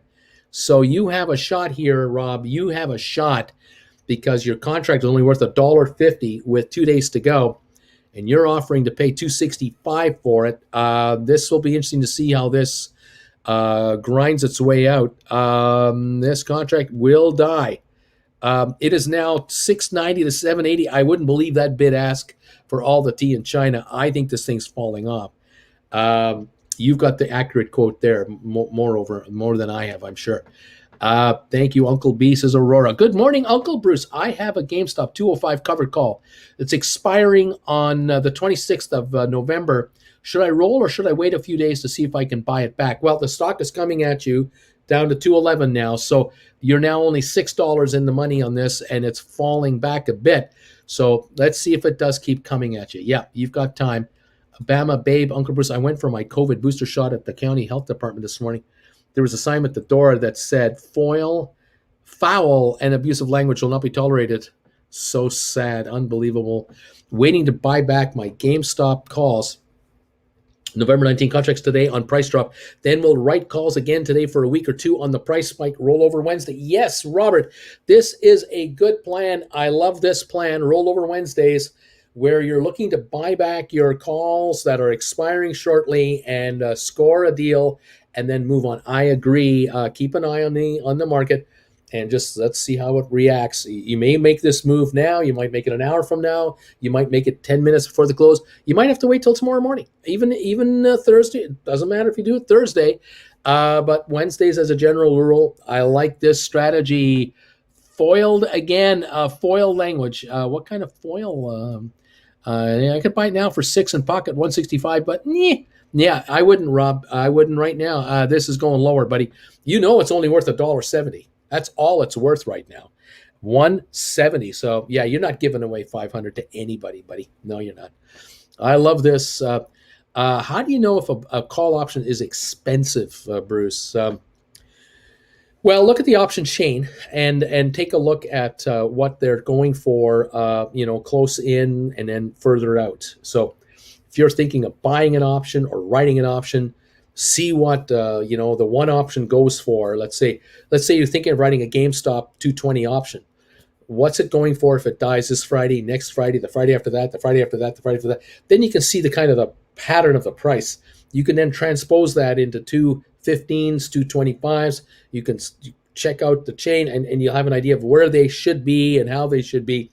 But certain stocks, keeping in mind, like if you're dealing with like a SoFi and you're thinking about buying a contract that's $2 out of the money. It doesn't sound like a lot, but that's 10% out of the money. That's like buying a GameStop $20 out of the money. You got to ask yourself, would I pay that kind of money for a GameStop contract? Because those notoriously are expensive. There are just times where you'll notice that a contract is 18% overpriced, or it's just 100% overpriced. You got to put in stink bids, and even then, you got to be under the bid price. Just be careful. You make your money when you buy. Just a few more thumbs up so we get to 500. Hit the like button for Bruce. Thank you, Zach. Fowles says Bama Babe. David, shout out for Team Canada defeating Mexico 2-1 last night. Mexico in 10 degrees Celsius weather, negative, after getting 2 feet of snow the previous night. The Canadian soccer team played the Mexican soccer team in Edmonton, Alberta. The game had been scheduled for months. Why it would be scheduled for November the 16th in Edmonton, Alberta, nobody knows. No one was thinking anywhere about what the hell was going on up there. But yeah, it was cold, and Canada won 2-1. That's funny. Robert, you can buy the GameStop calls on November 19, but please don't sell another covered call for next week. The November 26th forward will be quarterly rollover for GameStop. Big jump coming. Isn't the financials coming out on December 6th as well? That's coming up too. We'll hear all about that. There we go. I might have to write $20 SoFi calls for Friday at this rate. Pickcomb says, we need thumbs. Bama, I thought to myself, why is this sign necessary? Never had a sign like this up before. Uncle Bruce, just to be on the safe side, if I have 100 shares, if I write means sell, I don't need to have money. That's right. If you have 100 shares, you can sell a call option against 100 shares. Correct. You don't need cash. Bama, babe, those signs are all healthcare facilities and have been for years. Larry, we got 500 thumbs ups, he says. Thank you, everybody. Hit the 500 thumbs ups for me. We're just about there, or we may have just done it. 501, thank you, everybody, for helping out. I really appreciate folks helping me with the thumbs ups. 502 now. They're coming in one after the other. Thank you, everybody. 506. Beautiful, guys. It's just beautiful. Let's see. Okay,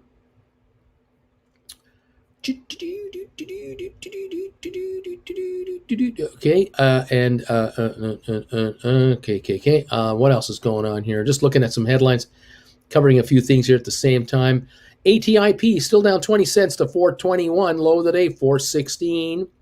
Let's see what else is happening here. Apple moving up $3 to 154.14. Apple is moving. This is good sign. This is a good sign. Let's see. GameStop 210.80. Now up only 362 or so. This is under a bit more pressure. Getting interesting. 211.14, 210. This could be most interesting to see if these 210 calls come in for Rob. The 210s are now still showing on my machine 7 to 765. I know that's not accurate. I'm not getting up-to-date quotes on my market watch. So, Rob, you're going to have to fill me in on how you're doing on from your end. Good stuff. SoFi 21.52 down 16 cents, low of 21.48. And let's see here. Rocket Lab 15.99 up 51. Spire 5.35 down 12. ME 11.01 up 2. Smart Rent up 6 cents to 10.96. That's where we're at right there, kids. Lots of fun today. Matterport 29.47 And GameStop 210.85 right now. Those contracts that Rob had written at 765 are worth 85 cents. They die in 48 hours. Let's see how this contract decays on time. This is how it works. Yeah. Let's see. Let's see what's going on here.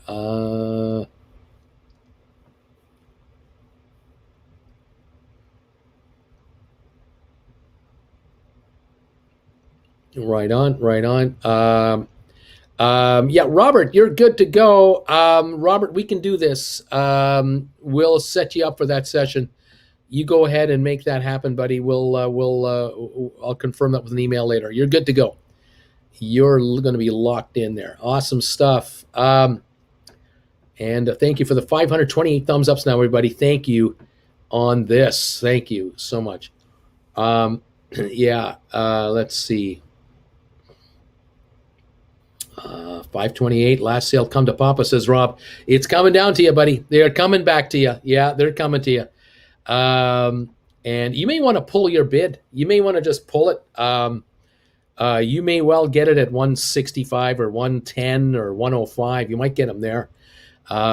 These can deteriorate very quickly this afternoon. Very quickly. Nicely done. Okay.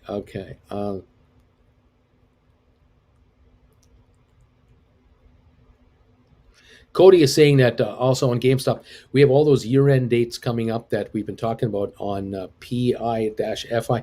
It's interesting due diligence. The interview with Houston Wade covers most of it. Careful shorting, everybody. Cody loves the GameStop, and he's into it big time. We love the news, buddy. We do love that.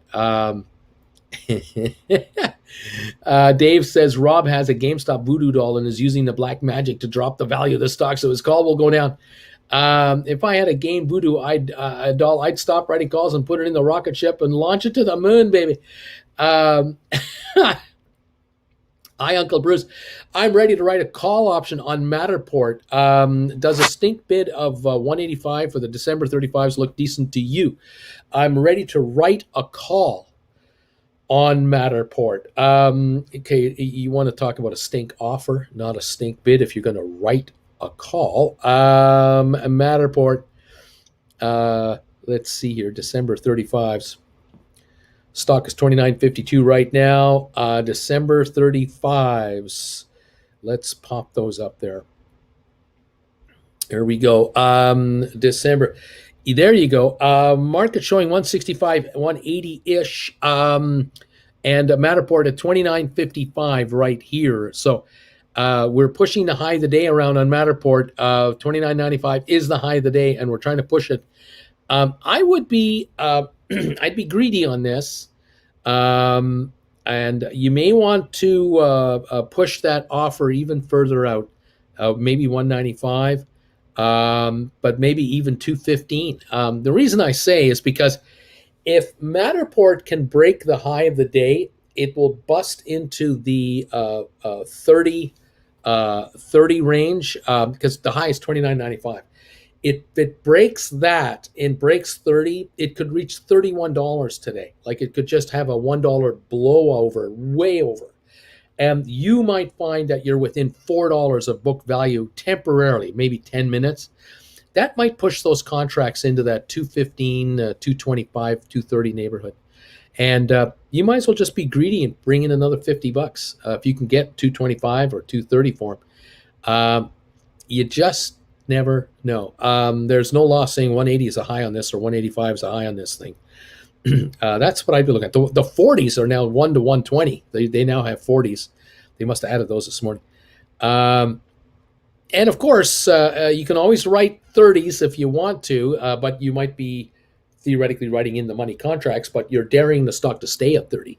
If you write a 30 and it does hang around for a day or two, but then backs off to 25, 26 on a profit take, your 30s will drop quickly. Those 35s will drop, but they won't drop so much because the 35s, if you get 210 for them, they might go to 160. You make 50 cents, where the 30s might go from maybe you might get 345 for them, and they go down to $2 or 150. That you might make a 50% return on your 30s.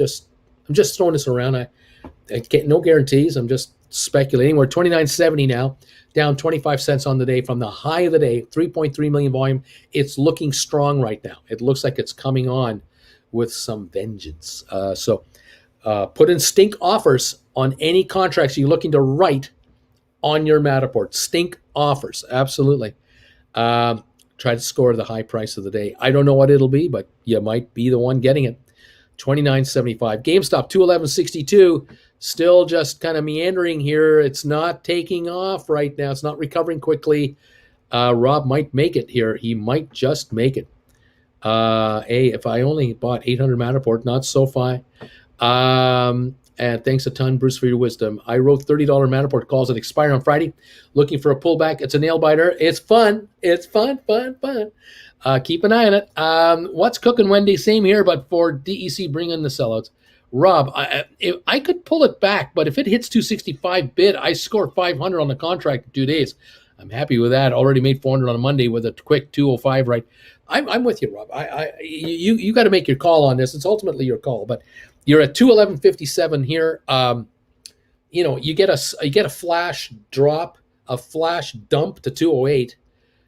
You may have a flash dump on those calls, but hey, 265's good money. I'm with you, totally with you on this.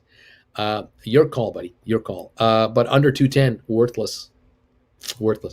Okay, Uncle Bruce selling off to buy more ATIP and Rocket Lab, says George. What's cooking, Flesh? I feel your angst. I've been on a terrible run lately with most of my call writing. Villas, I'm wishing I could get out of my February GameStop call for the next pop, but I should just probably wait. Danielle, hey, Uncle B, any idea why the volume is so low on Spire? Are they all waiting for Friday? Yeah, they're all waiting for Friday. Yep, James, Uncle Bruce, I'm looking at $30 SoFi calls. January 2023 for 410. Curious what your opinion on these are. If you're writing them, that would be a good idea. If you're buying them long, not a good idea. Just wait. I'm learning the hard way that getting nervous loses money. Aluminum foil language. You can roll over your cover call next week when it pops. There you go, too. That is true. Matterport, 29.82, 13 cents away from the high of the day. We're going to hit it. We're going to go through 20. We're going to go through 30 in just a moment or two. I feel it coming. I think we're going to get 30 a share. If any of you are thinking of writing call options, put in stink offers above the market at an odd number. But I think we're going to break through 30. I just sense this is going to happen here. For how long, I don't know. We're down 14 cents on SoFi. We're at 16.06 on Rocket Lab. Let's see. Roll to $300 strike for December 17. GameStop will tank after earnings like usual, says Vendeville. We'll find out about that. 211.69 on GameStop. Matterport, 29.82, coming back on, high of 29.95. We're 13 cents short of the high of the day on Matterport. Volume now on Matterport is showing 3.42 million right there, okay? 29.85, up another 3 cents. $10 10 Spire calls for Feb 22, ready for takeoff. Right on, Gregory, Uncle Bruce, neat. There you go. 29.84 on Matterport now. 29.82, 29.84. We're going to bust 30 here. I just sense it's going to happen here. It just looks like it's going to come.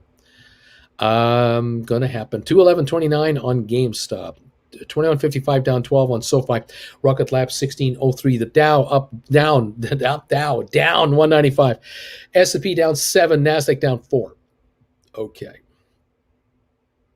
Matterport is going for a new all-time high with the market taking a dump today. So what does that tell you? Money's going into Matterport. But I don't know for how much longer. It's up $1.30 today, which is great. But remember, 2 days ago it was up $5. Yesterday it was up $1 something as well. Now it's up $1.30. It's not up $4 here. It's not necessarily taking off into the stratosphere. It's going higher, yeah, but maybe it's getting harder to go higher. It might be getting harder. If it can break 30, it'll have another adrenaline pop. It'll have an adrenaline rush. But that may not last long. We'll see here. If you get lucky writing some calls, we'll see how this runs. But it could have an explosion. Yep, it could have a fireworks show. and we'll see what it wants to do. 29.82 right now on your Matterport stock. Okay, new high Matterport. Let's see. And 30.05 says Austin. We did it. We've done it. Apparently, we've done 30.17 right here. My big ass iPad is behind. There it goes. It did it. The adrenaline rush has come and gone. It's going through now. 30.30. Test Donkey, thank you for this. Ding, ding, ding. Matterport at 30. Thanks, Bruce. Bruce is on overtime today. 30.24, 30.38, 30.42. We might reach 31. If you're getting your stink offers hit, I hope it's happening for you. 30.50. Try to sell 30s at those high levels and take some dough off the table now. 30.30, 30.47, high of 30.50, I think. 30.45 right now is where we're trading at. High today, 30.58. 30.56 right now. High of 30.58. Beautiful. Just beautiful on Matterport. 3.7 million shares. As I thought, we would get a little pop through, and then there would be an opening beyond it, but it might run out of gas real quick. We'll see how this goes. This is becoming another Mount Everest kind of spike here, and you don't hold those very long, always. Dude, this is wild. Mild panic intensifies. Don't worry about if you've written. Don't worry if you've written 25s or 30s or whatever. Don't worry about it. You'll be fine. You're gonna be fine. 30.49. We're fine. 30.30 now. It had that little pop. It's gonna back up a bit. It's gonna jump, but hopefully some of you just sold some more calls. I'm hoping you got some calls out on these 30s at really good prices. I'm hoping. Socius Finville, I think I understand that, but you need to buy it back with extra cash, right? Is that just margin means you don't need it? Always good to know. Geez, it made it 31. That volume, oh my God. For the record, about the GameStop quarterly rollover, I'm in for 15 November 26, $250 strike calls, which I bought for like $680 for the total of 10,000 cost. Looking forward to buy more to average down. Right on. Bama Babe, wow. Whales coming to Matterport during the end of the lunch hour. They're buying. Pick 'em. I'm hearing a Jackie Wilson song every time you keep saying higher and higher. Too soon to buy puts on Matterport. I don't know if there's going to be money to be buying puts. I don't know if there's money in buying puts. There's money in writing them. There certainly has been money in writing puts on Matterport, but not sure about buying puts. But 30.25 right now is what I've got on the stock, hitting a high of 30.65 for a moment, and I mean a trade. My December 22 and a half are screwed. Not necessarily. I hear ELO. As long as my daily power buying is up today, I haven't had an issue.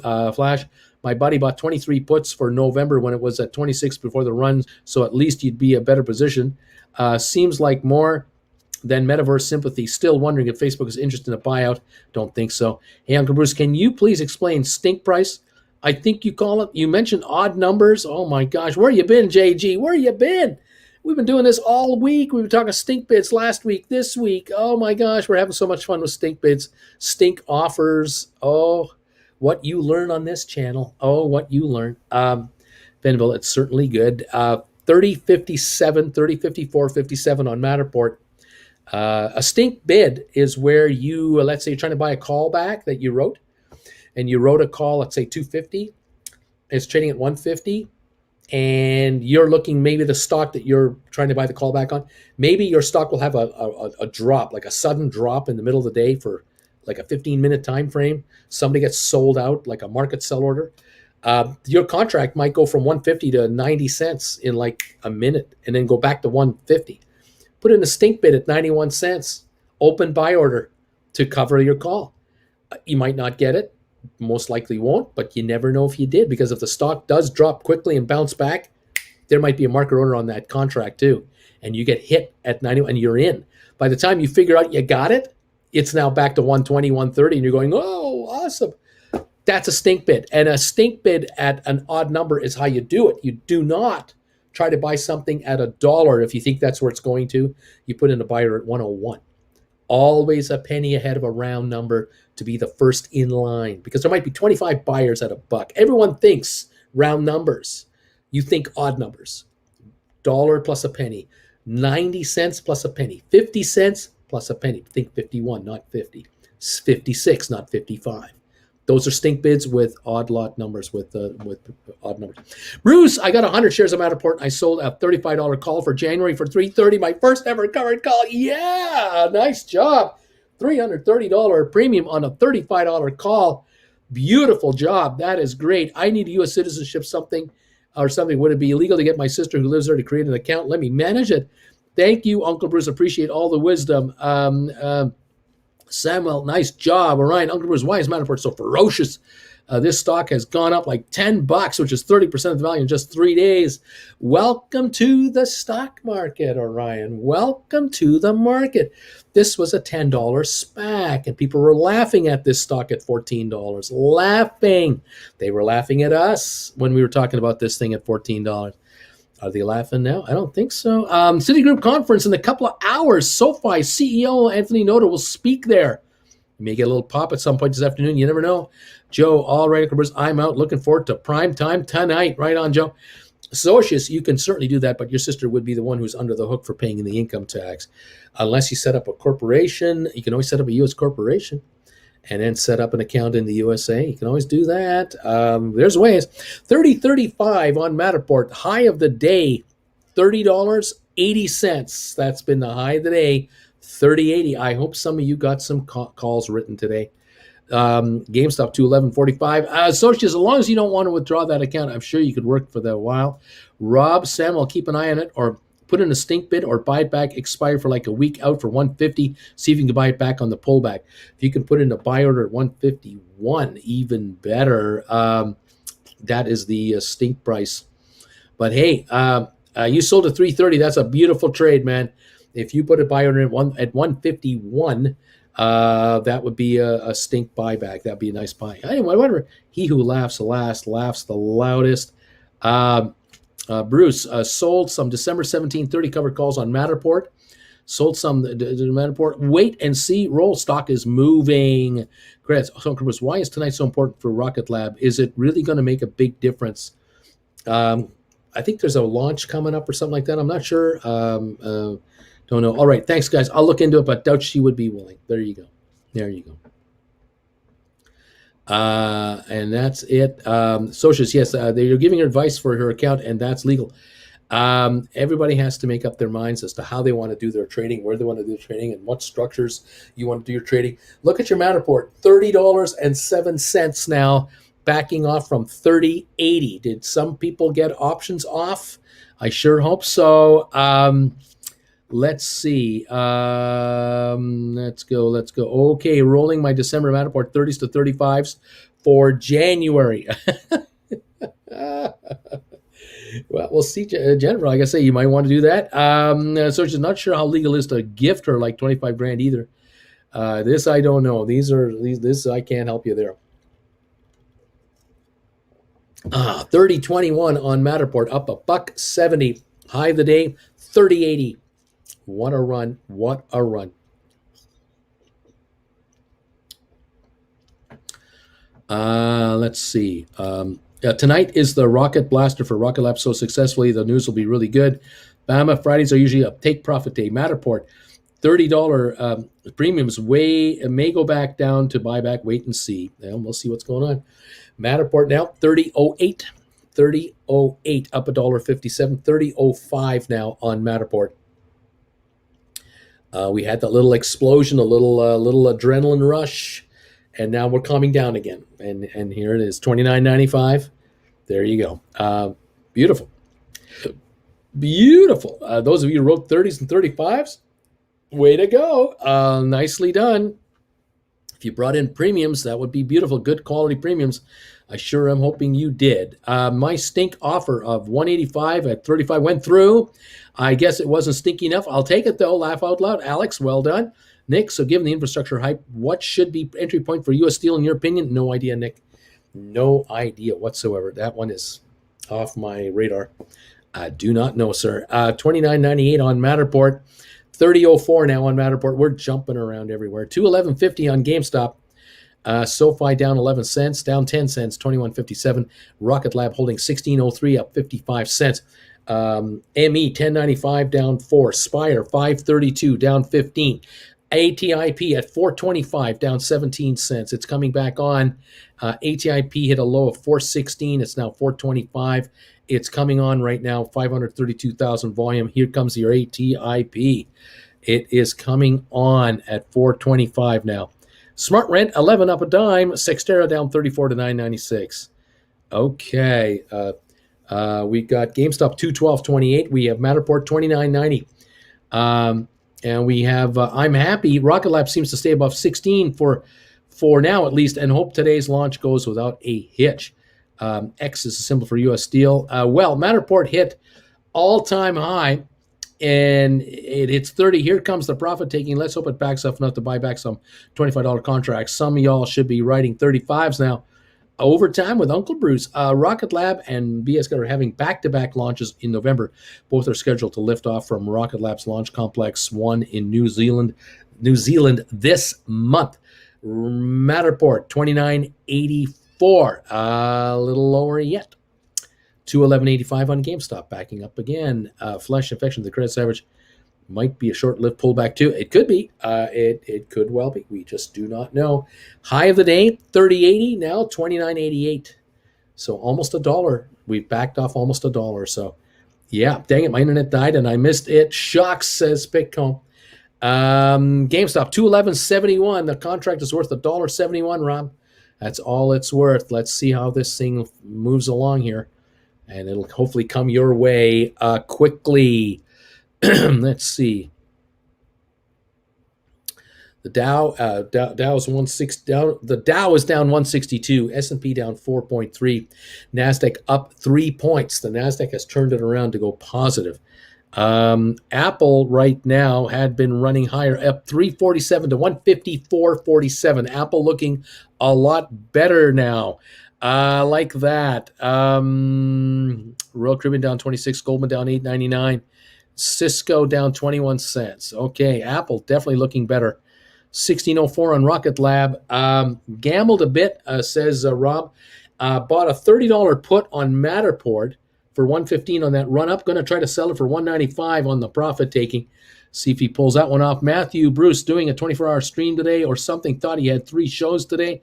I do. I have 3 shows. 3 o'clock this afternoon, 8 o'clock tonight, prime time. Join us tonight. For prime time with us, with your buddy Uncle Bruce, 8 o'clock Eastern. I'll be here. Members only, though, tonight, 8 o'clock. Become a member and join the party. We'll be talking about this, what's been happening here tonight. Matterport back up to 30.12. Little pullback, a little pull up again. 211.17 on GameStop. SoFi still down 12 to 21.55, and Rocket Lab up 51 cents to 15.98. Lots of jumping around going on here. 425.5 on ATIP. Question is, will ATIP take a shot back up again? That is the question. Woo! You guys having fun today? Anybody making money today? Oh my! Everyone holding Matterport's getting richer. That's for sure. You are getting richer. I hope some of you were able to convert your contracts into stock and start writing calls, bringing in money left, right, and center. I hope that's happening for you, and I hope you like what you're seeing. Very interesting day here all around. Fabulous. 211 on GameStop. Back to 211 on the GameStop. Still backing up a little bit. Matterport, $30 even. Up 149 now, 29.93. Up 142. Yeah. Lots of action going on here. Oh my gosh, do we have stuff happening everywhere. Whoo-wee. Thank you all for thumbs ups today. We have 547 thumbs ups on this show. I appreciate those. And Rob is doing what he has to do to get the markets going the right direction. We got to go neat, neat, neat. Absolutely, with those neat, neat emojis. Here we go. Get your stocks moving higher, like get that SoFi going higher, and get the Rocket Lab going higher. 23andMe's got to go higher. Spire, ATIP, here we go. Let's get those neat emojis up and get those markets moving. You betcha. Thank you to Sly for you, a new member. How you doing, man? Thanks for coming in here. You need a nap now, Bruce. You really need a nap now. That 30 barrier on Matterport, it happened. It happened, baby. It happened. Zach is welcoming to Sly for you as well. 29.91 on Matterport. GameStop 210.80. That contract's worth 80 cents. Yes, indeed it is. Most interesting. Let's take a look here on GameStop. Here we are. Pop the options up and see how those 210s are doing now. Is my chain doing anything good or not? Let's see. Is it working? 510 to 580 is what my option chain is saying now. Finally showing a better price. It was showing like $7 the last time I looked. Falling. Those contracts are falling, and they're going to keep coming off if that stock keeps coming down like it is. 210.95. Alrighty, almost forgot my thumbs. Somebody dumped 50,000 SoFi at 2170. Ooh, we've been shorted. If we hit 20, I'm buying this stuff. Hello there. Thanks. $5 last sale. The best outcome today, Matterport dives, cash out, covered call, SoFi dives, buy call. There's your best outcome. SoFi 2151 down 16. GameStop 211.22. Matterport 29.76. ME down 3 at 10.96. Spire 5.33 down 14. And ATIP 426.5 up another penny on ATIP. That's coming on a bit more. Rocket Lab 15.77 up 29. Woo, what a deal. Wow, long show, Uncle Bruce. Thanks for the hand-holding, cheerleading, and some very stern and haughty derision for those that really needed it, a.k.a. old man kicking folks in their rears. Gonna eat a bagel for dinner tonight while I watch Uncle Bruce for members only. Y'all better get that subscription. Pays for itself, says the Credit Savage. Thank you so much for those kind words. Everybody, thank you for being with me today. I will take a break now, and I'll be back this afternoon at 3 o'clock.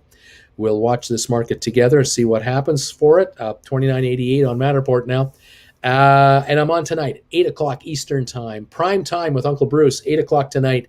Members only tonight. So become a member ASAP, and you can join us tonight for the live show at 8 o'clock this evening. Remember, we're going to be hosting, Jennifer and I, our first ever meet and greet. If you want to get together with us, hang out for us for the first time in person, that's the deal right there. We're going to be in Ontario, just beside the Ontario Mills Mall at the corner of Highway 10 and Highway 15. We're going to be at the Regal Edwards Cinema. That's December the 11th from 10 in the morning till 1 in the afternoon. And you can catch us there for a meet and greet. We'd love to have you join us.